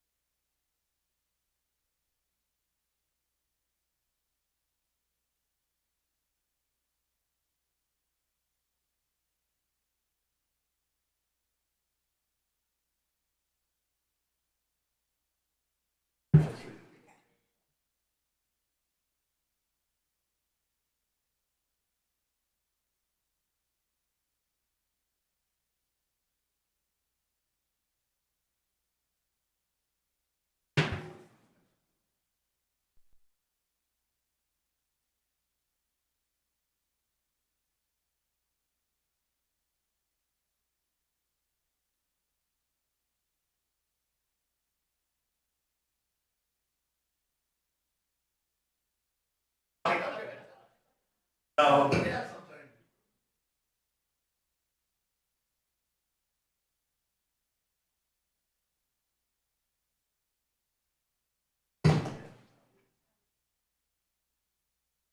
Rick.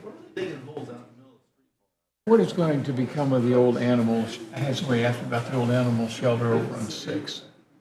The commissioners have sold it Okay, to Butler. okay, But my question is, I thought they had to have permission to sell it from us before they could sell it. So, the fire department wanted it to do training in the okay. building, so, because I think Walker's did wanted the property. So Walker's got the No, Walker's wanted the property, Oh, and I okay. think they were the ones that were asking, that's where I found out about the Gotcha. question. How much was there? I have no idea. 2 house sites? Okay. I was asked about it last week or the week before, and I knew that they had, there was something about involving the humane shelter was supposed to tear down the building, but Butler Fire didn't want them to tear down the building because they wanted to use it for training. So there was some agreement that went back and forth with Butler and commissioners, and it's my understanding the property sold, but I thought we had to give permission to sell something, so I don't know. And somebody was gonna ask Don, and I don't know if they ever did. Okay. And it was sold, and whoever bought it was responsible for tearing down. Yeah. And they might turn around and resell it, you never know. Is there hours out there? Out where? I don't know. I haven't been in the building, and I didn't go to their open house. Now, the guy from the sprinkling can is on their board or something. I don't know. They might know over there. Let's ask the mayor of the county. Can I go out to the, they have hours?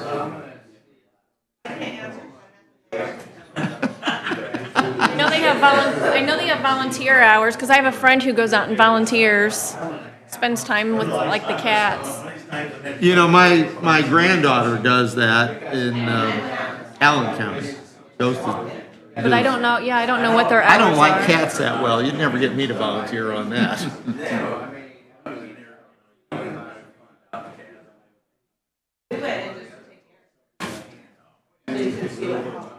I know for a while at the old location, they were so full with animals.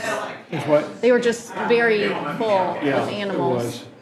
Because the one room, I think they normally use for something else, but they had such an influx of cats at one point that Really? they were housing additional cats in there.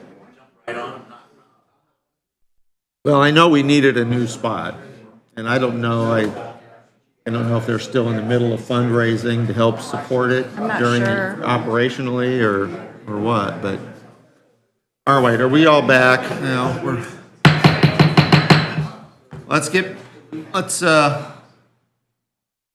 Rick, come back from recess and moving on to Mark Olivero, and this has to do with the public defenders. Mark, good morning. We're all fresh and wide-eyed now, so. So, I don't know, it just seems like with everything that's happened since the pandemic, nobody seems to want to work from home. It's kind of trickled down the line.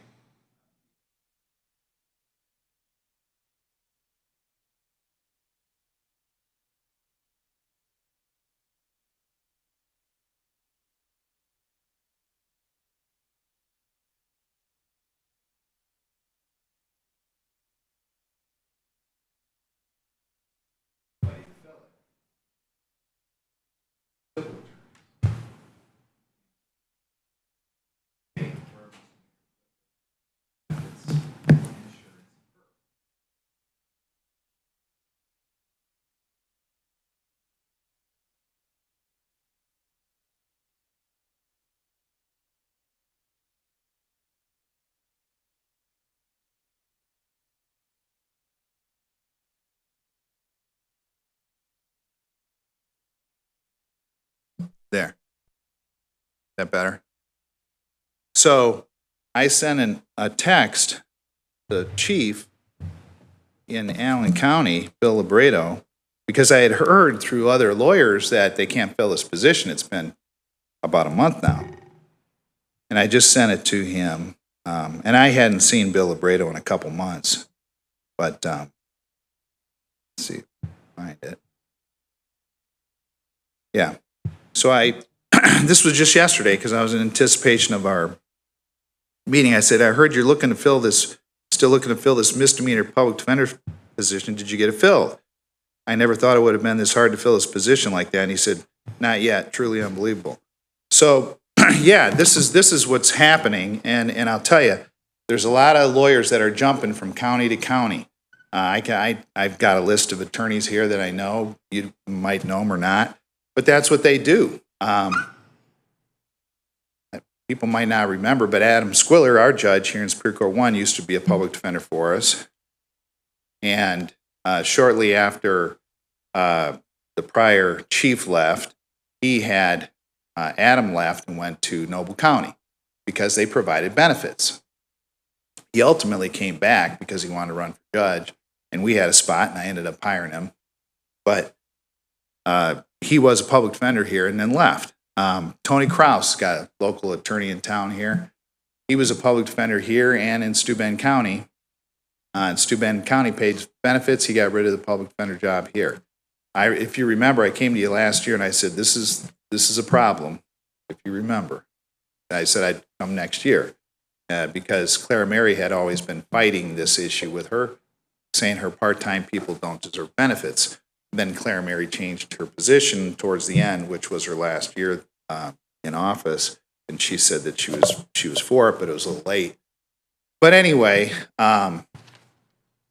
so and really it's not going to affect when I get to this part in my presentation. It's prosecutors; nobody needs it, so I don't think that's going to be a big issue. So you've got. You've got a number of people. If you remember, I told you about Marcia Linsky. I had 2 female public defenders. Now I'm down to 1. She was one of our better trial attorneys, and we lost her because she used to have insurance through her husband. They lost that, so she then went to Allen County. We have one of our public defenders, Jake Vanderhorst. He passed up a position in Steuben County that pays the same as ours, but now, Steuben County, most of their public defenders get benefits, not all of them. There's a few, like the person who took this spot's just past the bar, or Kaylin Pearson there across the street. She took the position that Jake passed up but Jake passed this up. That position over there, they work Monday mornings and 2 Monday mornings a week, half a day. Then 2 Friday mornings a month. And Mark, were they doing felonies or no, misdemeanors? that's just misdemeanors. Okay. And so Jake's in court 3 times a week here for his salary. And like I said, I'll get to some of this a little bit later, but I just wanted to point that out. Now, Kevin and I did meet with Dave last week. Dave thought it was important that I explain, he's our liaison, what some of the public defenders do, what we do. So I'm going to focus on just the 4. There's 4 of my public defenders. I think that benefits should be offered. Only 4 are interested. So I'll talk about those 4. So basically, we have felony attorneys. There's myself, Kevin's chief deputy, and then we have 7 attorneys, including myself and Kevin, that do felonies and other reimbursable cases according to the state, which is why we get money back from them. And then there's 2 attorneys that are misdemeanor attorneys. We didn't, and Rick's aware that we didn't get the legislator to pass reimbursement for misdemeanors this year. But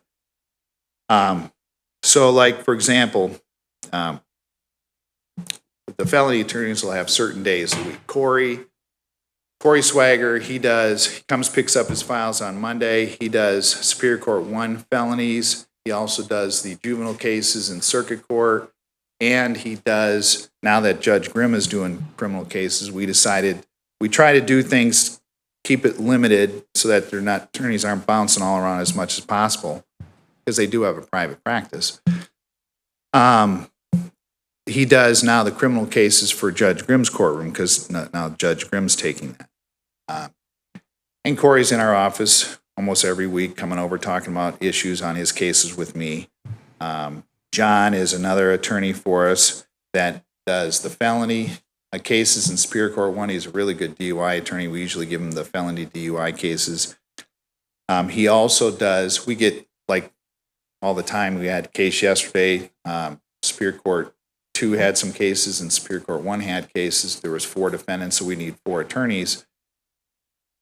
So when that happens, we have to stick other attorneys in other courts. So normally, Joe Carlin, who does Chin's cases, does Superior Court 2 cases along with Kevin and I. We had to stick John in there. John occasionally gets felony cases in Superior Court 2. He also does the vet court for this county as the public defender. And he's probably the attorney in our office more than Kevin and I that does more suppression hearings. We're always bouncing stuff off each other about issues on cases, but Stephanie's Hamilton is an attorney that does Chin's cases here all day Monday. She does the drug court, ATC court we call it. She does family restoration court. She's on the board for the Serenity House. She holds meetings with public defender clients at the coffee shop just to keep them engaged and to make sure they're in their recovery. There's the extra duties that Dave was talking about is we now do initial hearings. You may or may not be aware of that for the people who are in jail. And if you don't have quality attorneys making a pitch, the community corrections people will screen them and they do a pretrial services report. We have to talk to the clients who are in jail. Most of those people don't have lawyers because they just got arrested. They may have money to hire a lawyer, but they haven't been able to get a hold of anybody. Their bond's so high. In the old days, it used to be the judge would set a high bond on someone, and they don't know anything about that person. If they weren't able to post that bail, they sat in jail. Courts started realizing that's not fair. They're being convicted before they're convicted. They're sitting in jail doing time. So now we have we get these documents early in the morning. We talk to the clients before the hearing, and I brought some of these documents here if you really want to see it. But there's it's initial hearing sheets and things like that. It's just this is the sheet we get from the jail, which would be the clients who are arrested. They list out their charges. We then get copies of the pretrial services report, talk to them, and we do the hearing. That I think helped cut down the jail population. The jail population was over 100 at one point, as everybody aware. Now it's down to about 80.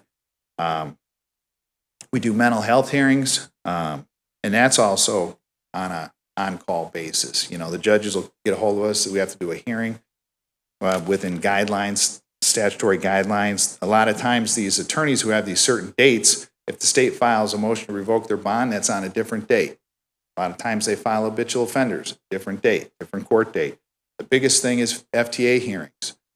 People miss court. Well, they always have to, when they do get arrested on warrant, they got to go to court the very next day. So the attorney's got to show up on their day because it's their case. The one thing that Stephanie pointed out to me, which is true, she does so much in the Chin's court, and she sent me an email about it, but there are statutory deadlines for, when they take kids from parents, the Chin's cases, and they actually want to detain the kids because of a serious enough situation with the parents. You have to have that hearing within 24 hours because they've already taken the kid. So, if it was not done proper, someone takes your kid away, you certainly don't want to wait a couple weeks before you get your kid back. And a lot of times we had one just this past week. We were appointing the mom. There was mom and 3 dads with kids. So in that particular case, you needed 4 public defenders.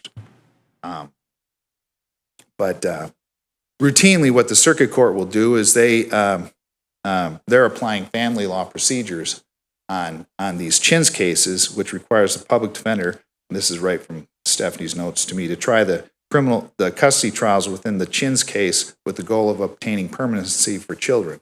Now, I'll tell you, Stephanie's a Chins attorney, Joe Carlin's a Chins attorney.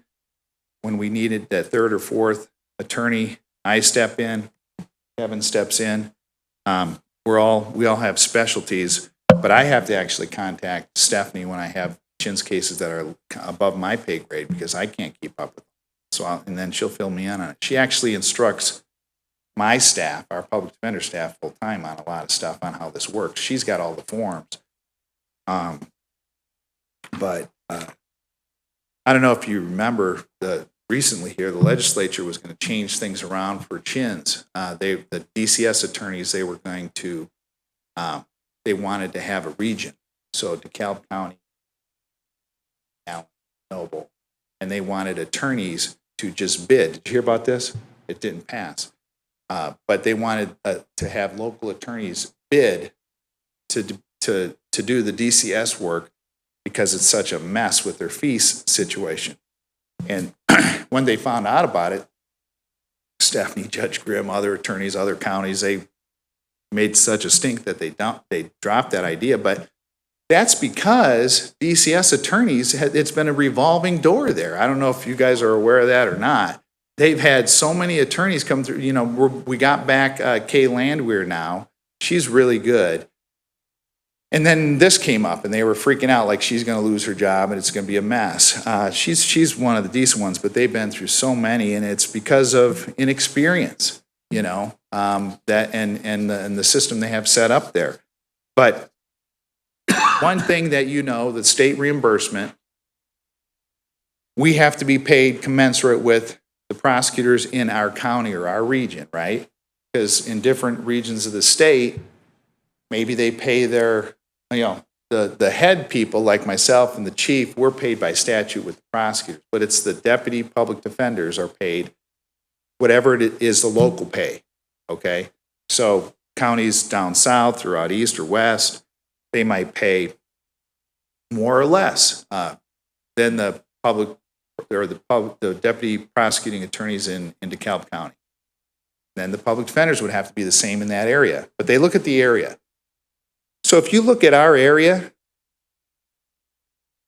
there's a lot of counties in this state that pay part-time public defenders benefits and PERF benefits and health insurance benefits. The surrounding counties to DeKalb County, Allen County, like I said, they've always done it. Now recently, during the misdemeanors because they got sued. So they have those 6 misdemeanor slots. But they pay benefits and PERF. Everybody in Noble County, the part-time deputy public defenders get benefits and PERF. Most of the people in Steuben County, as I just explained, get benefits and PERF. Other counties throughout the state. Here's the thing, you know, lawyers who are professionals, you know, go to not only 4 years of college, go to law school, you have to pass a bar exam, then you got to take continuing legal education classes. Not only that, be a public defender in this system, you have to have certain qualifications. You know, you have to be able to try certain felony cases, you have to have so many trials under your belt. You know, I think of the emails that Dottie would send us on how much, you know, how valuable it is to retain quality employees because, you know, then you don't have to retrain them. But, you know, the big thing, we had a discussion with Dave about the downside to inexperienced attorneys. Well, I've already talked about, you know, the cost of incarceration. You know, what that does, I think the DOC estimated it was like $54 a person cost of incarceration for our jails, right? To keep that cost down, I talked about the revolving door situation in DCS. We don't want that. If you have inexperienced attorneys, you're going to have more appeals. You're going to have more cases that aren't settled. You're going to have PCR issues. Judges are not happy. I mean, as it is right now, that anytime there's something a little bit wrong, we get a call from the judge. I run over there, what's going on? You know, okay, we'll fix it. You know, but you know, the training costs money. The number one survey, if you remember when the county did the survey, the number one thing that the county employees were interested in was affordability of insurance. The thing about a public defender, attorney, lawyer is, if they screw up, not only is their license on the line, but the county could be liable for a lawsuit. So you look at lawyers and you try to figure them out. Everybody thinks, oh, lawyers make a lot of money, this and that. They have billable hours. So I checked in the area. The billable hour rate varies between $250 to maybe $350 an hour. Mostly in Fort Wayne, you're going to see those higher figures, $350, $400. Right here, you're mostly $250, but I checked with the attorneys in my office, $250 to $350. Okay.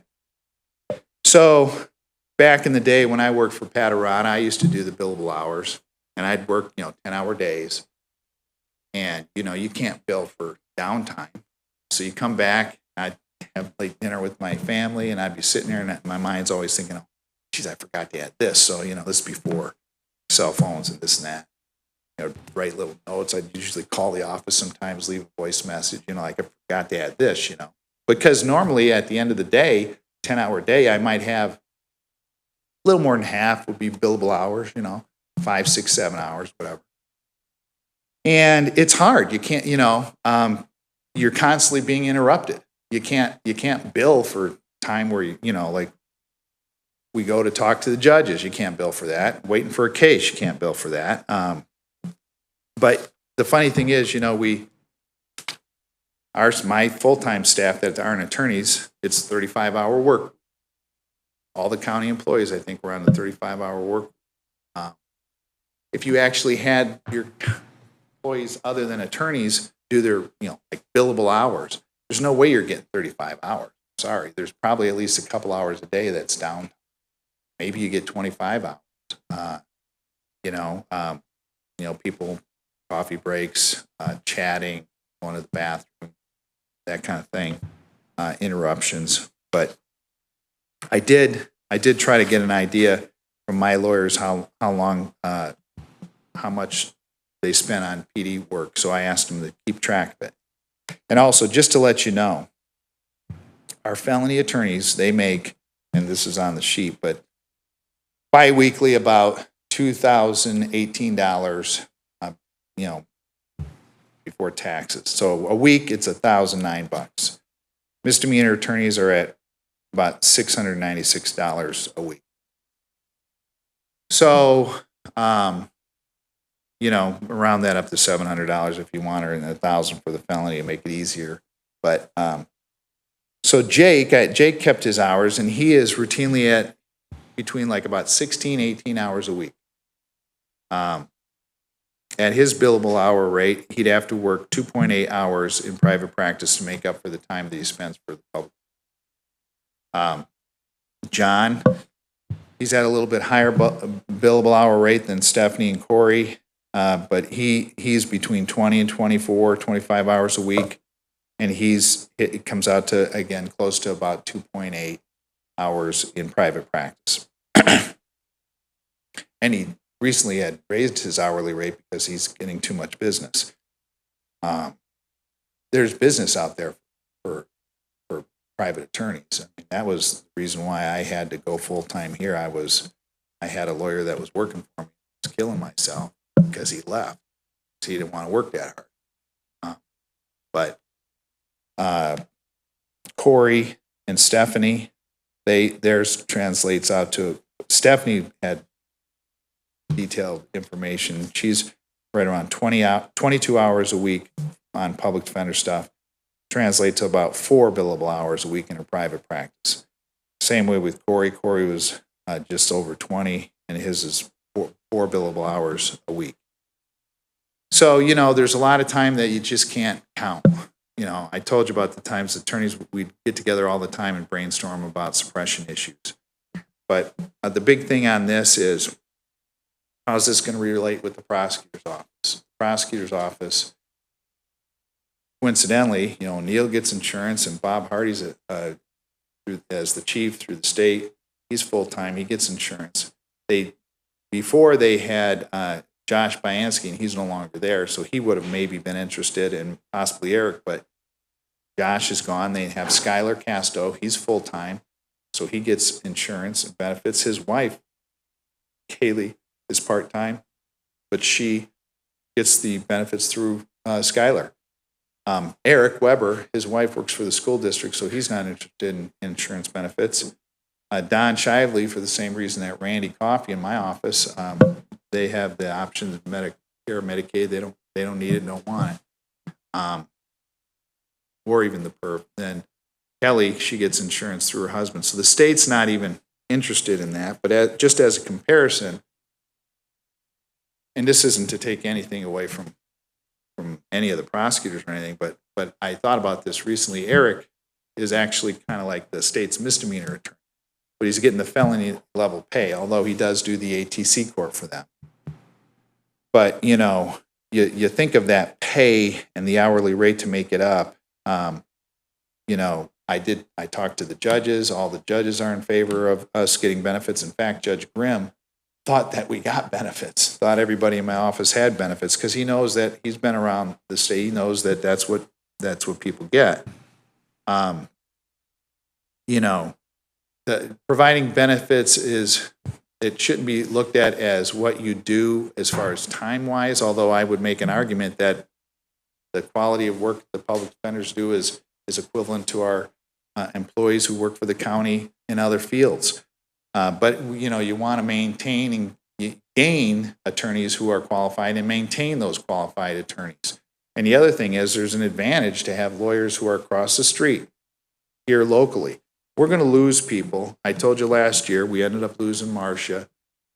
I'm going to end up losing people. We're going to get inexperienced attorneys, and it's going to happen unless we try to fix this. I mean, they're somehow, I think, are both.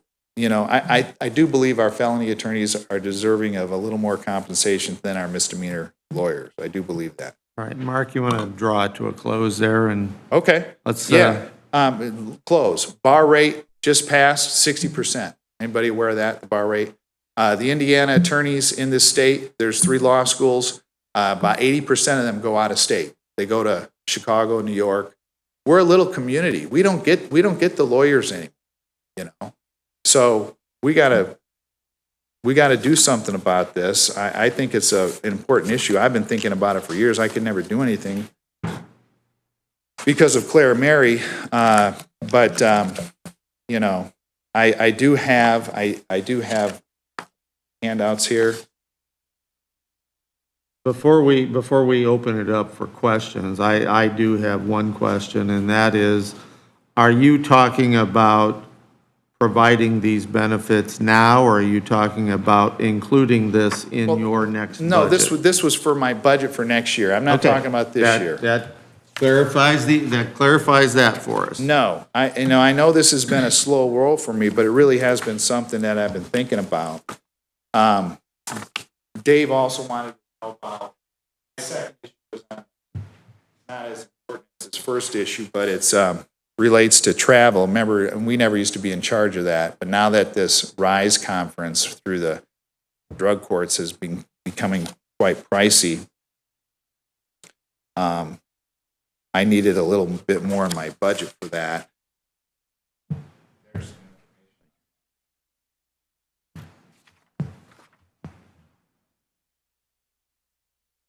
Dave mentioned that because I thought maybe you guys were familiar with that. He said, you know, information is important. So I had Stephanie send me information about that. And this is the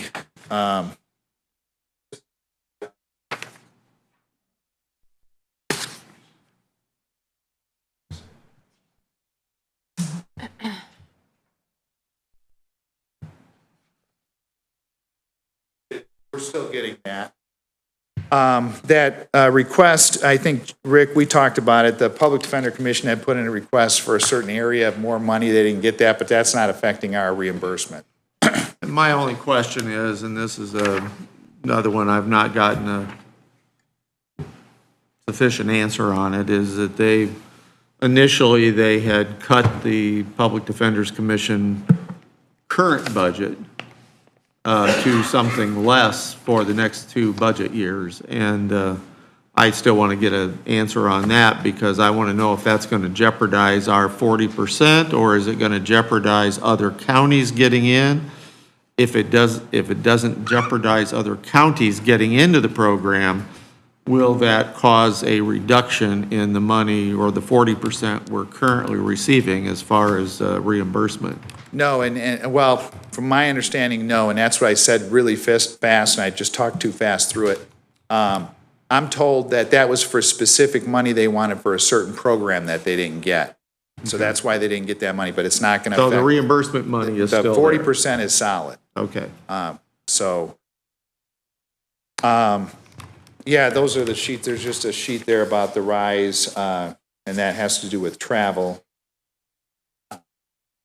And you know what? This is my request. I know you guys have a lot of budget requests and money requests and things like that, but I think we have to be, to retain our office, and I worked pretty hard over the years to get I'm proud of our staff. We have really good lawyers, and the judges really like our lawyers. And they work hard. They work hard enough that they, in my opinion, they deserve the benefits. Like I said, for me, it's easy for me to say I've always had it. But I believe this is in the documents that you provided earlier, but are you requesting funding for just the healthcare insurance, or are you requesting funding of benefits across the board, that being number one? And then my question, and I need to leave this open for everybody else, but my question to the commissioners and the auditor are, how do we treat other part-time employees with benefits? Well, because if we make a change for one, we need to consider, do we make the change for all? I have an idea on that because I was wondering that myself. I happened to notice that the language that these counties are using for these public defenders to get the benefits, they're calling it a full-time position. Because essentially, if you think about it, with those hours I just say is equivalent to a county employee, you could, and they can actually, if you want, we can talk about how we would make that happen as far as documentation. But that's what I've noticed. They call it and I didn't bring it with me, but I can certainly pass it on to Susan and get it to you guys. That position in Allen County, I noticed it's full-time attorney position for $36,000. But I know that it's that half a day a week, and then they can still keep. It's like anybody can have two full-time jobs. People can work multiple jobs. So I think that's how they get around with it. So if that is a concern for you, that hey, look, the part-time public defenders get insurance now, all the other part-time positions, and I don't know how many you have through the county now, we're going to have to give them benefits. I think you could get around it that way. I just think in this situation that they're entitled to the benefits, and but if that's your concern, I think you can get around it that way. Just a question I had that I don't want us to not at least address it. Does anybody else have any questions they'd like to ask Mark?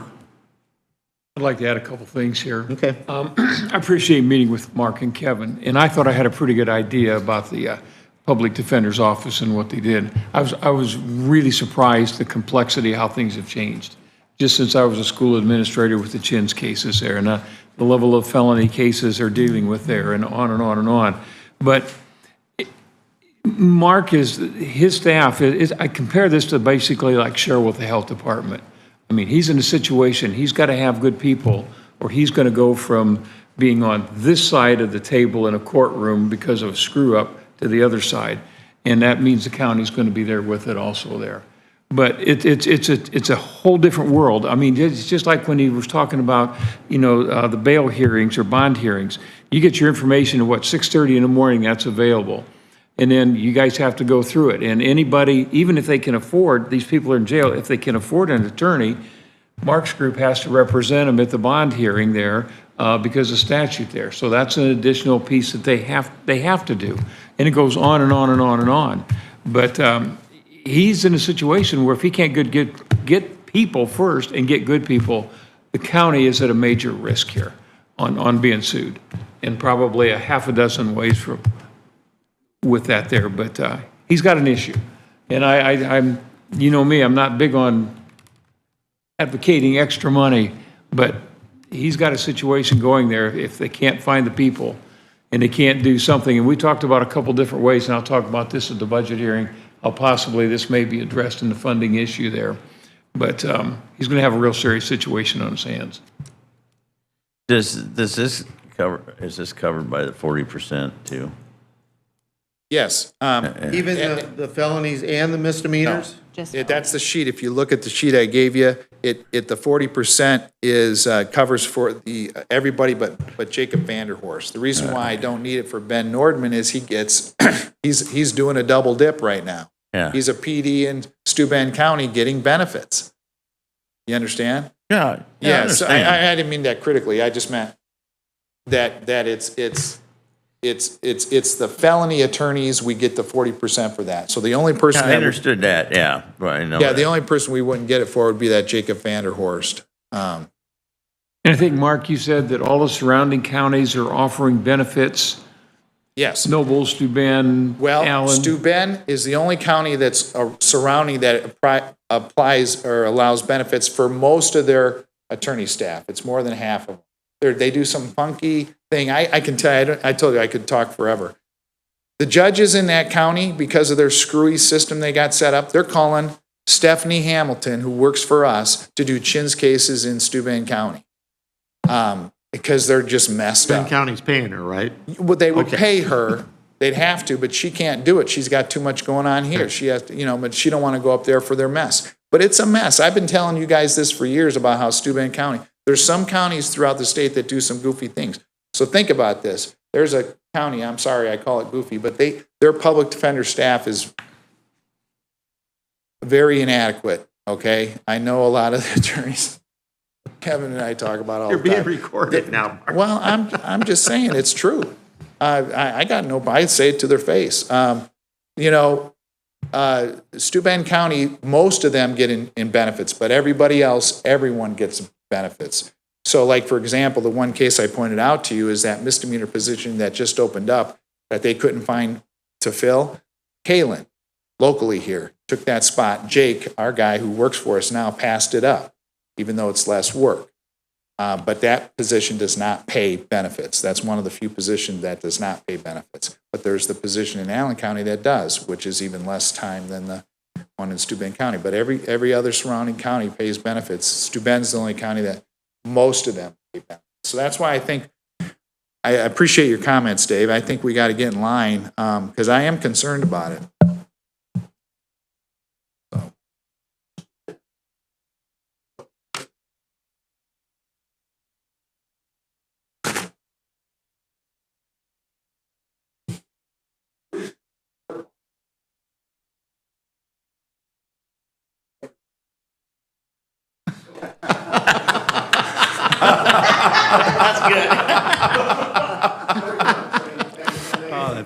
That's beautiful, Don.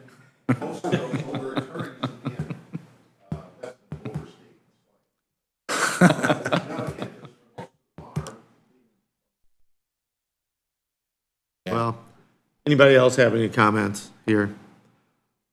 This is, if we're looking at addressing this in the next budget, and because of the issue, full-time, part-time, all this other business, I hate to ask that the HR committee add this to their list of issues to address and come back to us with a recommendation. It certainly is not the priority. Priority are the other three. We'll be doing the budget starting in August and finishing it up in September, so we've got that time to work with. But this is an issue, and I believe that this is in the documents that you sent us, of foregoing a raise for the attorneys for a 1 or 2 year period. That's correct. So that can be addressed, but let's let the HR committee look at it so that we look at it in a comprehensive way and we don't forget somebody else out there, or doing something for them will affect another area. So let's take a good, long, hard look at it. Yeah, and let me know if you need any other information from me. I'd be glad to provide it to you. Mark, quick question. Do you have the funds to attend the RISE conference in June? Yes, I do. I wish Cheryl was here. I had it, and then I left those documents on my desk. What was your question? Does he have the funds to attend the RISE conference in June? Oh, yes, this year I do. Okay, I'm covered for this year. Again, that's a request for next year. okay. I just, because I did, normally on my budget for travel, because you guys had always taken care of it, we never had to mess with it.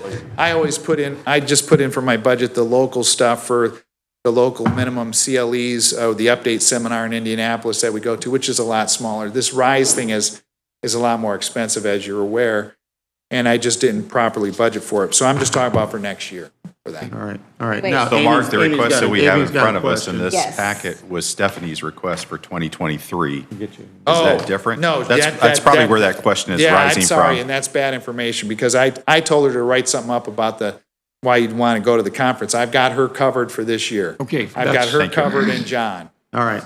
Amy, you have a question?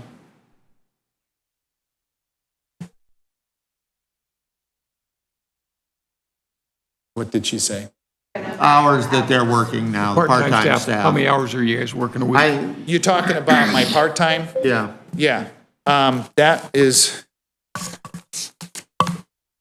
And if you don't have that no, at I got it. hand. No, I got it. I was gonna I say, make mentioned sure it you in my have pre- that for the in my HR committee. presentation.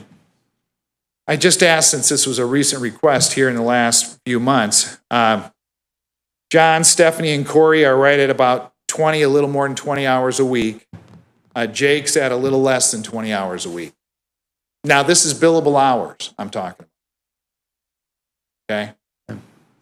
So that didn't include any prep time or any additional stuff or That wouldn't anything? count all that downtime that I'm talking about. You know, you can only, as lawyers, you can only do billable hours, you know, but if you think about it, there's no way you get 35 billable hours through, you know. All right, well, if you can have all that together, you know, we're not going to have departments make individual presentations this year, know. but those specific, special, out of the ordinary issues, we are going to have you come in.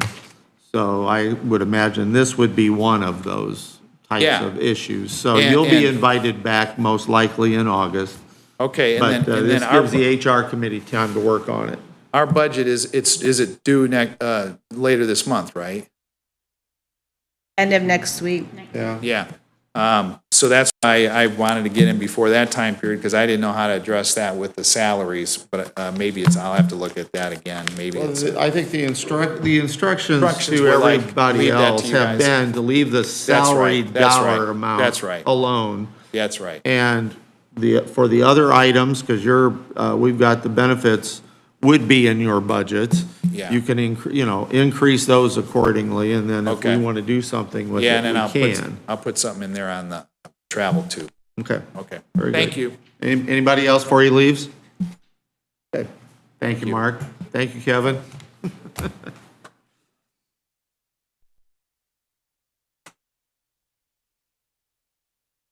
All right, that brings us back to the commissioners. And I don't think that there are no specifics on here. I have nothing, I just Okay. came to stay caught up. Part of what would be a commissioner issue is the fact that we did do conference calls yesterday on the bond issues for the highway department. I guess we're going to see some numbers on the 24th of this month. Was that not the date that they would, the bonds, the pricing on the yes. bonds be the 24th? We Yes. should have some kind of information on that day. As far as our discussion, council discussion, again, budgets are due next week. Departments have been given their instructions. They're going to do everything except for the wages. And the wages will be where we spend the majority of our time I believe, for the next year, depending on what inflation has been. Of course, we've had WIS involved over the last couple of years, made some major adjustments. That's not going to happen this year. Any changes are going to be done by information that we accumulate or we put together, and Dottie Miller and HR is helping us with that right now, getting what the competition is paying around us, not only other governmental units, but the private units. We've already identified the fact that the nursing staff and the CDL drivers are the two primary spot, and now we've heard about the attorneys here. So those are going to be three of the big issues with wages where they're concerned. Jeff Peters is updating the financial plan, which we hope to have in place by next month. He's on the schedule to make a presentation on the fiscal plan for the coming 18 months. The plan itself will show 12 months as to where we're at. The one thing that we have seen in its previous form was that the highway department would be underwater in 2025. And again, the funding for the highway department comes to us monthly from the gas tax. So as that funding goes up and down based on the price of gas, whether or not the volume being sold, because again, electric vehicles and hybrid vehicles are affecting that. The state did kept in the 1 penny sales tax for another 2 years. It was set to expire. It will continue on, so that will be there. So we need to look at the wheel tax. There should be in your packet today was the information that was provided to us by Jeff Peters in August of last year. I have asked for that information to be updated. I think Bill and I have talked a little bit about it, and he's talked to some other people on the outside about it. You can see there the minimum and maximum that wheel tax could possibly be. And I don't have it up and running right now, but I believe it's the far right-hand columns are what the possibilities are if you have an asset management plan. And DeKalb County does have an asset management plan. So that is there, and that's the max with AMP, that's asset management plan. Of course, anything that we would do would be shared with the cities and towns, and it would be shared in a proportion of road mileage, which that is down at the bottom part of this. And the money must specifically be used for road construction and maintenance. You are not allowed, this cannot be applied to salaries. It can't be applied to other needs. It's not have anything to do with the fact that we're moving the highway department from one building to another. It must go towards roads. The only thing that's not, one of the adjustments, and it won't be a big dollar amount, is that one of the things the state did this year is those trailers that are 3,000 pounds or less will get permanent plate. Now, they are been given forgiveness on the excise tax. So that's something that I've heard a lot of people talk about because that's what they do up in Michigan, although I think up there it's for all trailers. This can be used for road maintenance and construction. Is it part of that? Is it subject to those restricted and unrestricted No. This funds? would not be. We can use it anywhere in the highway department. Right. For prevention, okay. Right. And since you brought that up, one of the issues that the County Council Association was working very hard on this past legislature, county commissioners were doing the same thing, was trying to switch the percentage between restricted and non-restricted. And of course, it failed. We thought we got salt and snow removal added. They removed that. We thought that we got the amount allowable to be spent on an in-house project from $250,000 to $350,000. They denied that also. So everything is the same as it was.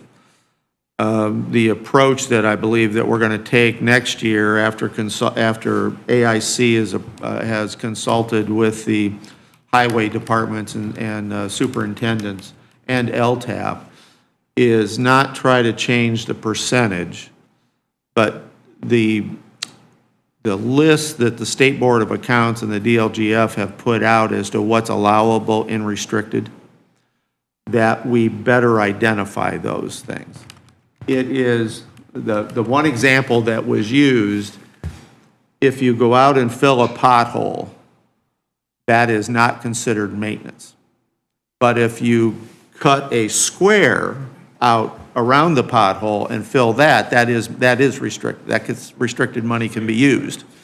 So going in and taking the next 8 months and coming up with a better definition of what restricted funding is. And that's going to take the collaboration of a number of individuals and a number of groups to put that list together. So, but anyway, if we choose, and we are one of the 4 counties, DeKalb, Steuben, LaGrange, and Noble, of the 4 counties, we're the only one without a wheel tax. We have voted it down on a number of occasions over the last 10 years that I've been here, and I think it goes back beyond that. I'm not sure when wheel taxes became available, but if we are going to go with a wheel tax that would be effective in 2024, we have to vote on it and have notified the state by September 1. So the latest we could possibly vote on it would be the August meeting. And we'll get more information from Jeff Peters at the June meeting before we move forward with it. One of my concerns on the wheel tax, though, is that there are many counties that have implemented it, and they're running short of money already. And they're looking at the next great tax or a way to increase the current wheel tax. So it's not a guarantee that that's going to be the cure, the panacea. Oh, and it may not. It may not be. And one of the county commissioner, not in our county, expressed to me in a very long conversation about the mistake they made in not going to the maximum right up front. Because once they got something lower than the maximum in place, there was no chance for them to ever go back and pick up the maximum. Now, that's one way to think about it. I don't know that any of us want to think about it that way, and I certainly don't want to go to the max if we don't have to. But right now, we need to see what kind of money we could generate and what would we do with it if we had it.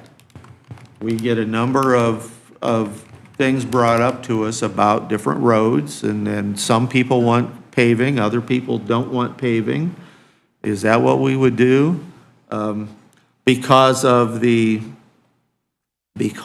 culvert being replaced on State Road 8 west of Garrett, I've had to go to Kendallville twice in the last week, and I've taken County Road 40 to State Road 3 in both cases. And you drive DeKalb County Road 40 from 327 to the Noble County line, and it's a damn rough road. And the minute you hit Noble County, you have a beautifully paved, lined road from there all the way over to Avila. Are those kind of things that we want to see done? The other example that I was given was County Road 64. That a lot of people on the east side of the county take 64 over to Hicksville. And while the difference is not as dramatic as between us and Noble County. There is a difference between County Road 64 up to the Ohio state line, and then what it's like after you get to Ohio. The other issue over there was a number of people are upset because they removed the bridge over the railroad tracks, and now they have to take a dirt road to get to a paved road, where before they could take the bridge over the tracks and get right to a paved road. Do we want to, are there a couple of roads over there that need to be paved, just so that people don't have to take a dirt road? But we've got a number of people in Stafford Township that said, hey, they don't want their roads paved. They like it the way it is. So these are all things you got to consider. I look at County Road 40 as slowing those high-speed Noble County drivers down when they hit the county line there. So. I don't know about slowing Noble County drivers down, but it did speed the DeKalb County driver going to Kendallville. Well, and that stretch of the highway on 40 has a lot of farm machinery. Yeah. Traffic, especially with, Curves. It curves. Superior Dairy. Yeah. Yeah, and Superior Dairy, yeah. Don, you had some? Well, now that was another topic I was going to go into, because one of the things that happened in the legislature this year is we have normally had a formula that would predict or give us a growth quotient from year to year based on inflation. Inflation has been running in excess of 5-6% over these last couple of years, and that we noticed that with the growth quotient we got for this year. Well, they've restricted that for going forward. And the new formula for the 24 and 25 calendar years is restricted to 4% or less. The prediction is that the formula is going to work out at about 3.8 or 3.9%, even though our expenses are going to go up much more than that because of inflation. We've already heard what it's going to cost us as far as staffing that we've got. So it's that's going to make it tough on the budget this year. There's not much we can do about it at this point. Okay, Rick, I had a couple questions. Yeah. Go ahead, Amy. Just so I understand the sheet here. So when we say the chosen rate, so that's like, I'm looking at farm semi-tractor. We could do $40 per tractor or 80, well, whatever we choose, Whatever up to we choose. $80. Is that right? Yeah, it shows you the minimum and the maximum there. And this prediction, it looks like when Jeff put this together, he put it at its maximum. Right. So for every, I'm just picking farm semi-tractors. So every farm semi-tractor would pay a new rate of $40 for that tractor plus $20.55 for branch fees. Is that right? I believe that's the way it works. Don, are you more familiar with, that's why Jeff's coming in next month to help explain this. Okay. Understood. My other question is, if we, looks like we kind of estimated, if we did the $80, we would have a max rate of about $3.5 million increase per year. Is that right? I think you're right. How much would one road cost to pave? I mean, is $3.5 million going to get us very far? I guess is my question. That's where we're going to have to bring in, Ben and start digging into this kind of information. But don't forget that currently, if we're doing road projects out of their current funding, that would be replaced by this and allow us to use some of their current funding to pay the higher employee costs that we're going to have. Right. So it's a trade-off, Correct. so. Understood. Yeah. There's a lot to be learned about this, and like I said, we've got about 2.5 months to get it figured out and make a decision. So next month in June, we'll try to get Jeff in here and go through as much of this as we can, so we can spend the month of July really going through it and making a decision as to what we want to do.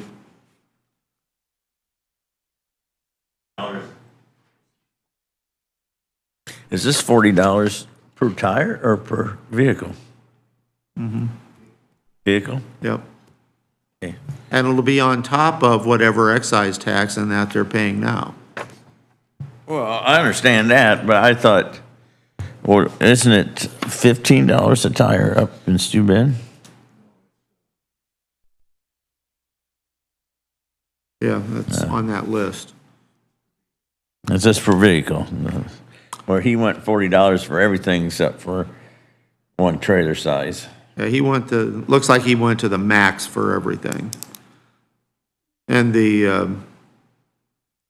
and this was a question we did get answered before. There are actually two systems here. The wheel tax, which is the semis and the farm equipment and that, and then the passenger vehicles. And you have to do both. You cannot do one or the other. If you do one, you have to do the other one. And do you have to use the same rate? No, I think you can choose, whatever we choose it to be. But we all, again, need to verify that. What's the amp, like it's $40 tax max, and then it says $80 tax max with is that amplifier? Well, no, that's what I said. That's the asset management plan, which we so have. you get more. Yes. They were trying, and this goes back a number of years, where in order to qualify for some of the state grants for road funding, you had to have an asset management plan. So all of the highway departments have now got those. So is that going to cost the citizen twice as much? They're going to pay 80 instead of 40? I think these are all our choice. Okay. That's the maximum we could go to if we had an asset management plan. So you can go something less than that. But It's two again, different what that maxes. this is the other part of Amy's question of bringing Ben in. Because, and I don't remember whether it's 1 or 10, but get the asset management plan, that gives you the condition of each road mile that we have in DeKalb County. So if we have a lot of road miles that are in very poor condition, might better justify getting a wheel tax. If we're all in very good condition, which we know they're not, then maybe we don't need as much of a wheel tax. But we need that asset management plan to kind of give us an idea of how much money we do need. You know, people with collector vehicles, and there are quite a few people out there that have multiple vehicles, whether it's trucks, cars, motorcycles, or what, you could get hit, sock pretty good on every plate that you purchase there.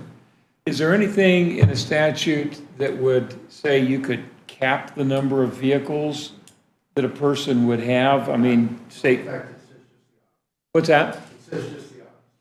They give you the discretion to pick and choose. And that includes the Amish vehicles? That was local.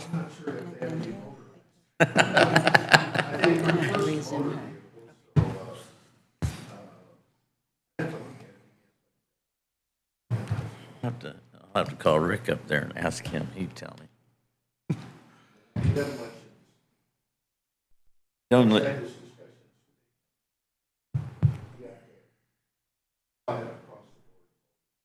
Sure. Well, Mike, there is something in place for the wagons, the buggies, Amish buggies, correct? The commissioner spoke to that Yeah. recently. $200 per plate. Year But did for they get- non-motorized. how many vehicles do they get for that one price? One. Just one? So they don't get capped at 3 vehicles or, okay. No, No, it's across the It's a board. plate. And we've sold how many so far, Susan? it is a plate, It was around 105. about a little over 100. Yeah. No chance that they're moving those from vehicle to vehicle because there's no VIN number on those buggies, right? What do you think? No chance. What the heck do you think? Just asking the question.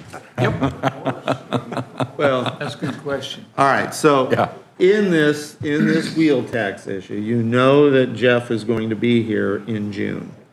So this is a time to start formulating the questions that you've got. If possible, it would probably be best if you can maybe email those questions to Susan or I so that we can give them to Jeff so that he does have an opportunity to do any research that might come up of something he wouldn't know right offhand. And we can also give those to Don to kind of help us through this.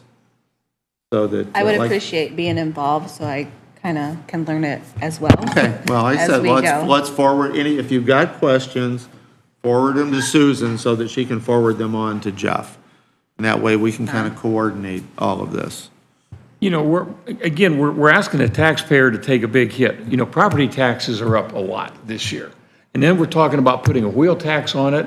I mean, this is, people on fixed incomes and low incomes, I don't know how you're going to do it. I really don't. This is a hit.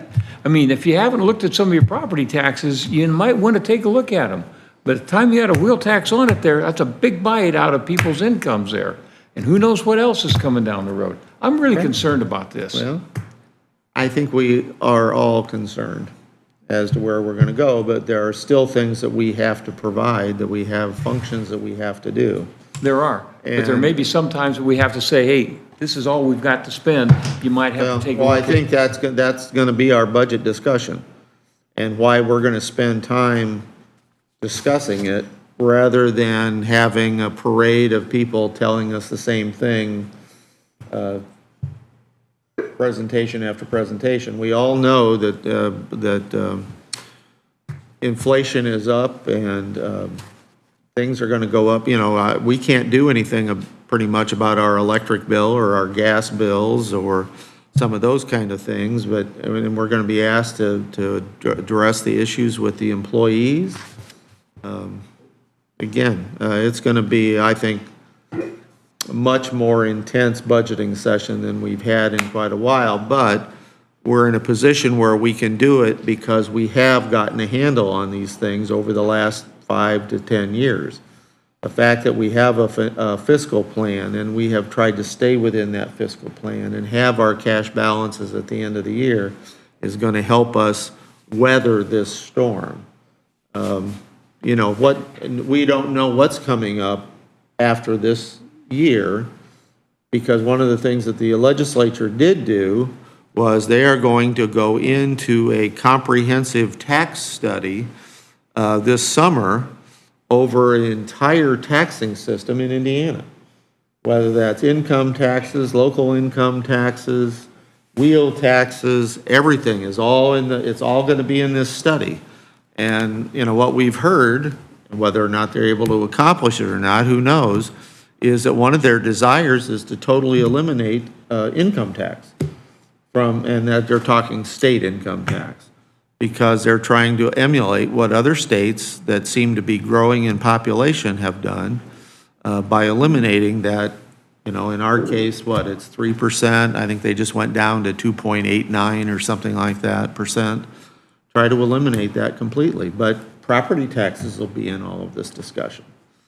So if you eliminate one tax, you got to get money somewhere. You got to get income somewhere. Where's that going to be? And how is that going to affect a city or a town or a county in how they get their funding? So keep an eye on them, because who knows where it's going. Hey, Rick? Yes. Yeah, hey, is the state looking at any places where they can then cut spending and helping the counties also figure out, you know, where are good places for us to find efficiencies on a county level so that we can afford the increases in salaries and those kinds of things that we know are coming. We have to be able to help pay those salaries, but where do we look at cutting, and where is the state helping us make those decisions? the state, I think, and people might disagree with me on this, but I think the state would tell you that that's your problem. That's not, they address it periodically here and there, but in the bottom line is they let it to us to make those decisions. They don't do it for us, and when they do try to do it for us, we complain about it because it takes away home rule. So we're on our own to figure this out. Again, going right back to why this is going to be a longer, more intense budget session, I think, than we've had in a long time. That brings me to another point whenever we're done with this discussion, so. All right, I only have a couple more things that we've already talked about: restricted, non-restricted. And this doesn't affect us, but because we're already doing this, but the live stream bill that would require us to live stream our meetings of both the commissioners and the council, we're already doing. So a number of other governmental units are going to have to address that, but they've got until July of 2025 to get it done. And we do have to make the recordings that we make available if we're asked for them. The other thing is, and I don't know that Plan Commission or anybody else has addressed this, but this part is still in that budget, that when 2025 comes around, and if they meet in this room where the live streaming equipment is available, then anybody else meeting in this room has to live stream their meetings. Yeah, Which would include that would include Plan Commission, the Alcohol Beverage Board, the Drainage Board, all of these people would have to do it. Well, we've talked, first, what does he say, after the July meeting will be mainstream after that, didn't we, on the Planning Commission? Yeah, we had that discussion with Yeah. Plan Commission and Drainage Board. However, the final version of the bill that passed, 1167, pushed it off to 2025 instead of 2023. So 2025? Yeah, So so we you don't got- have to worry about it till July of 2025. Yeah. Oh, hey. Originally, it was July 1st of this year and 2025 for the towns to comply, but So we don't have to worry about the Planning Commission, okay? no. And we've talked about the public health bill. We'll find out more on Thursday, and so we can report back next month on that, on what additional funding that the state is providing for the public health. One thing that did change, this was one success we did have, there is currently a fund, 20-something, or just a minute, I brought it up here. 1217, that's available to pay the education expenses for the clerk, the auditor, the treasurer, the assessor. That is now going to include education for county council members. So we won't have to pay for our education out of county general any longer, as long as money's available in this fund. It's not been, number one, the money gets into this fund by the number of things recorded in the recorder's office. The dollars go into this fund. We have $41,900 in this fund, but that's accumulated over a number of years. One county that I'm familiar with has 70-some thousand. There's another county that has over $1 million in this fund. But we now have the ability to use that. So like the state called meeting, for this year, this won't take effect in time. It doesn't take effect until July 1. But after that, we would be able to do AIC training and state called meeting training could be paid for from this fund. Not only the actual class, but also any travel expenses could be paid from here. And was that just for council? Well, Or- the fund currently exists for the auditor. I know, but are just no, the commissioners part of addition is it? only council. Okay. The additional is That's only what I need to council. know. Although,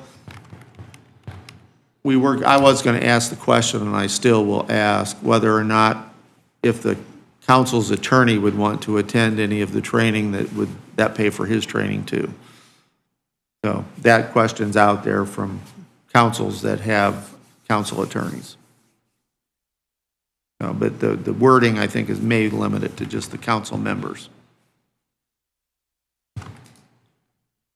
And with that one, the last thing is the AIC district meeting this year on May 24th will actually be here in Auburn for the first time. Normally, they meet over at Eagle Glen at Columbia City.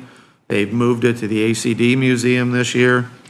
So if you're not signed up to go to that district meeting, I think it would be to all of our advantages if you would do that, especially since it's right here in the county and the travel is not great.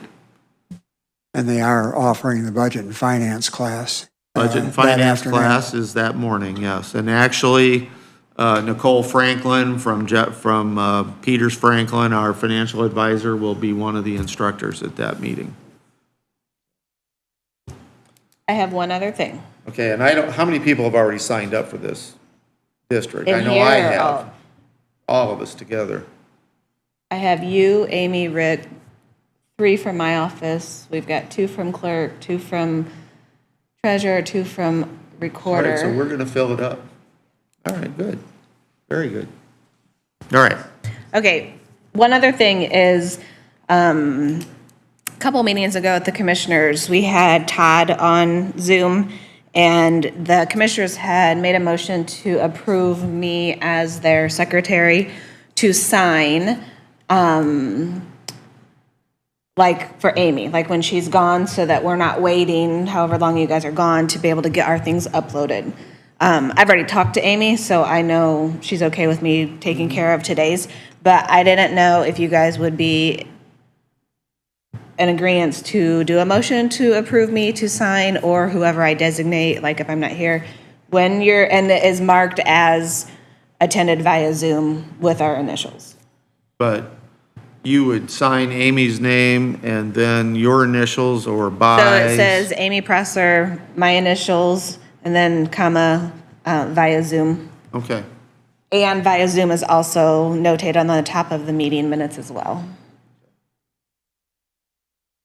And if somebody would make that, and I think it's good that we would have it on record that that's how we're going to handle it, if somebody would make that motion.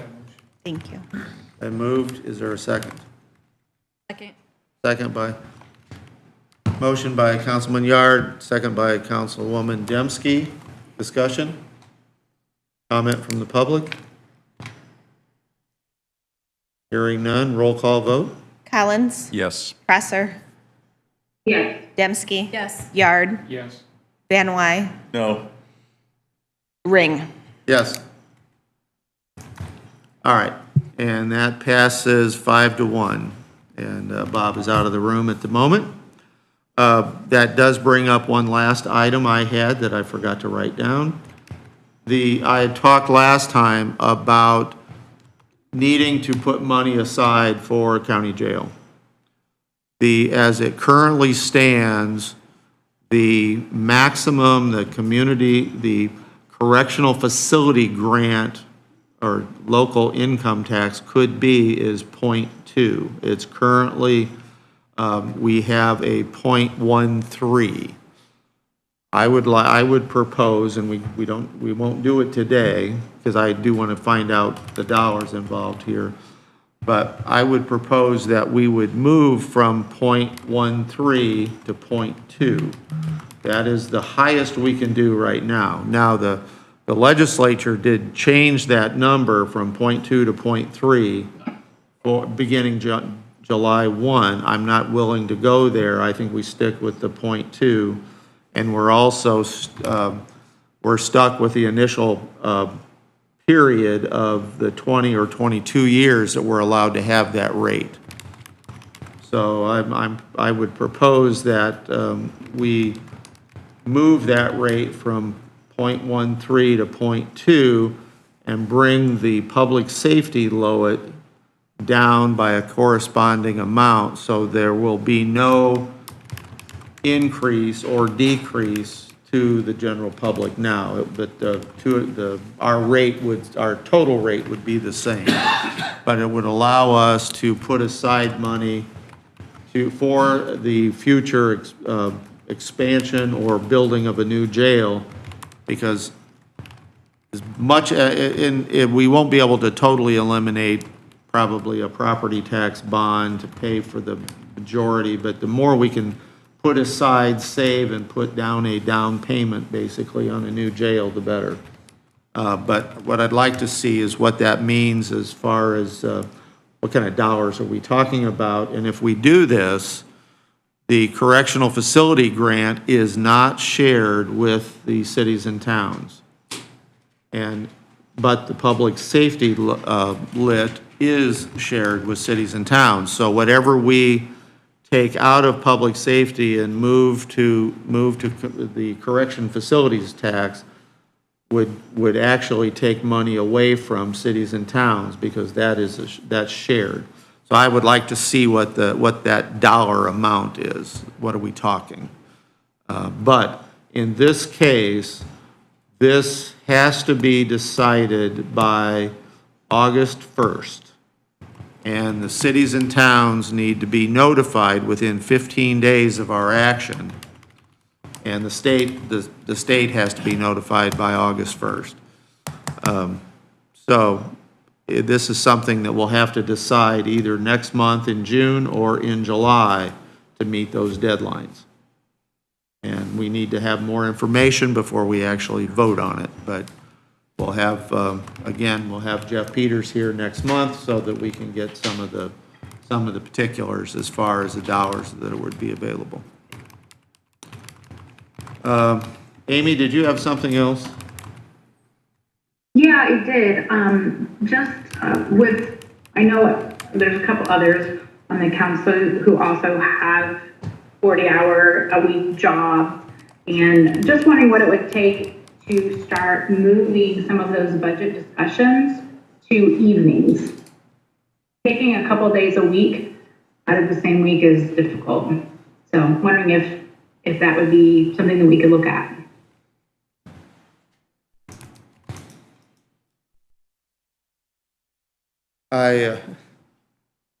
I'm not seeing any enthusiasm for that, Amy.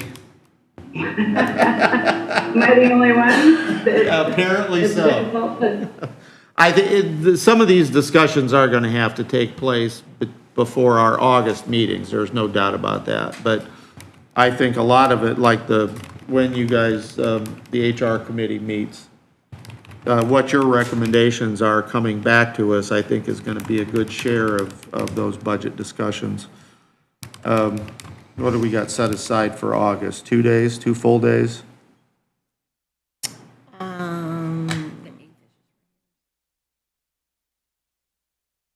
Is there going to be anything that we can present prior to those August dates, so that maybe we can have some discussion during our July meeting? Kind of take into account what Amy's asking for. Okay, so August 8th is your regular meeting. The 16th, we just did 1 day for presentations. Then in September, the 12th and the 3rd. So the 12th is a regular meeting. After that meeting, then you'll start your public hearings the 12th and the 13th, and that's when you guys do like your cuts and stuff. Yeah. So, I mean, depending what you're wanting will depend what I can get out to you. Well, in the 1 day in August, we're not going to have a lot of presentations like we've had in the past. Right. So we can focus on that 1 day. I mean, we'll have a couple. I mean, I don't know if we need to bring Cheryl back or Mark back, but limit that presentations to an earlier part of the day so we can have the majority of the day for discussion.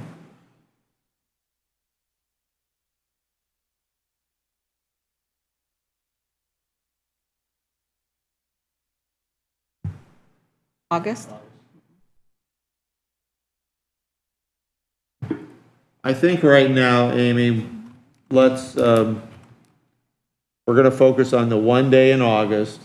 We can have a longer meeting, regular meeting, which we seem to have had those frequently now, but, Yeah, you got about, do more at our regular meeting, and then we have the one full day. And most of the cuts in that won't happen until September. And we can kind of adjust things a little bit as we see where we're at in August, see if we need to adjust with either some evening time or some other time. if you guys can send, like, if you're wanting to see something specific, or if you can send those requests to me ahead of time, I mean, like, a real ahead of time, that I have the ability to try to put things together, then I can try to put things together in a different manner than what I've given before. But if I don't know exactly what you're wanting, then I won't know how to pull it together for you. And I think that, for the most part, it's gonna be salaries is where we're gonna spend most of our time. And so getting the recommendations from the HR committee is gonna be important.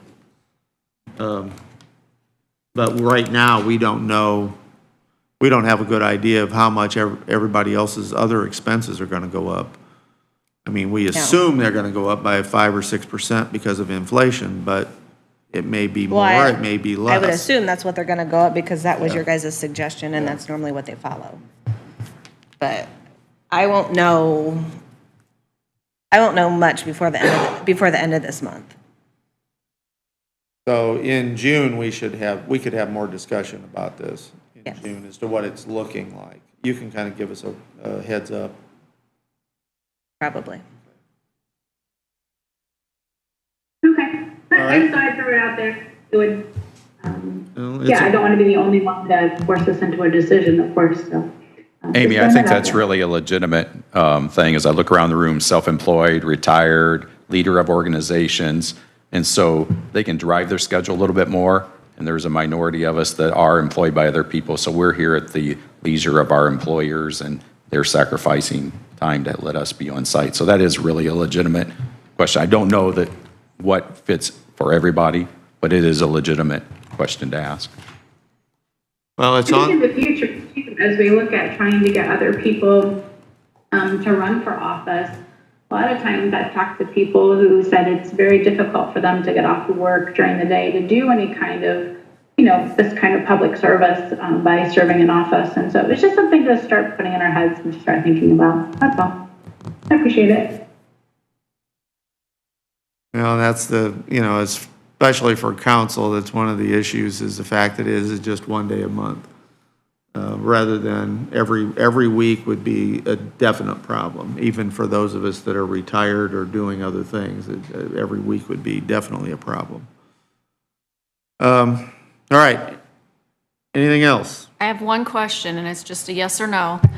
Do we know where our health insurance is gonna go? Because that could help HR committee as we're discussing. Not yet. Michael? Okay, just so you know, about 9 minutes, we're gonna lose her. Okay. Because I You kept got her. 9 minutes, Amy. I kept her till noon, considering we were gonna be out of here an hour ago. That's okay. I know. That's why I said it as yes or no. We Well, I we thought are, no, we don't Okay. know yet, but we are quickly moving toward that, getting those numbers together and discussing clinics and some other things. The new broker that we've been working with will be at our meeting next Monday to continue that discussion. So we're still looking at July 1st transition. All right, so and that will get us the information before we sit down for our budgets, but probably not until after you guys meet in HR. Anyone else have anything? All signs at this point point toward a reduction, but can't commit to that yet. Good. Good. Anyone else have anything? If not, I'll entertain a motion. I'd like to make a motion that we adjourn. There a second? I'll second. Then moved and seconded, we adjourn. All those in favor signify by saying aye. Aye. Opposed, same. That motion's carried. We are adjourned. Thank you all very much. Yes, we are having longer and longer meetings every. Oh, you're welcome. That's right. That is not true. To on the wheel tax. It's old info. Can you get, I would do it much earlier if I had. that's August of last It's year. always the new guy that has to make that At 22.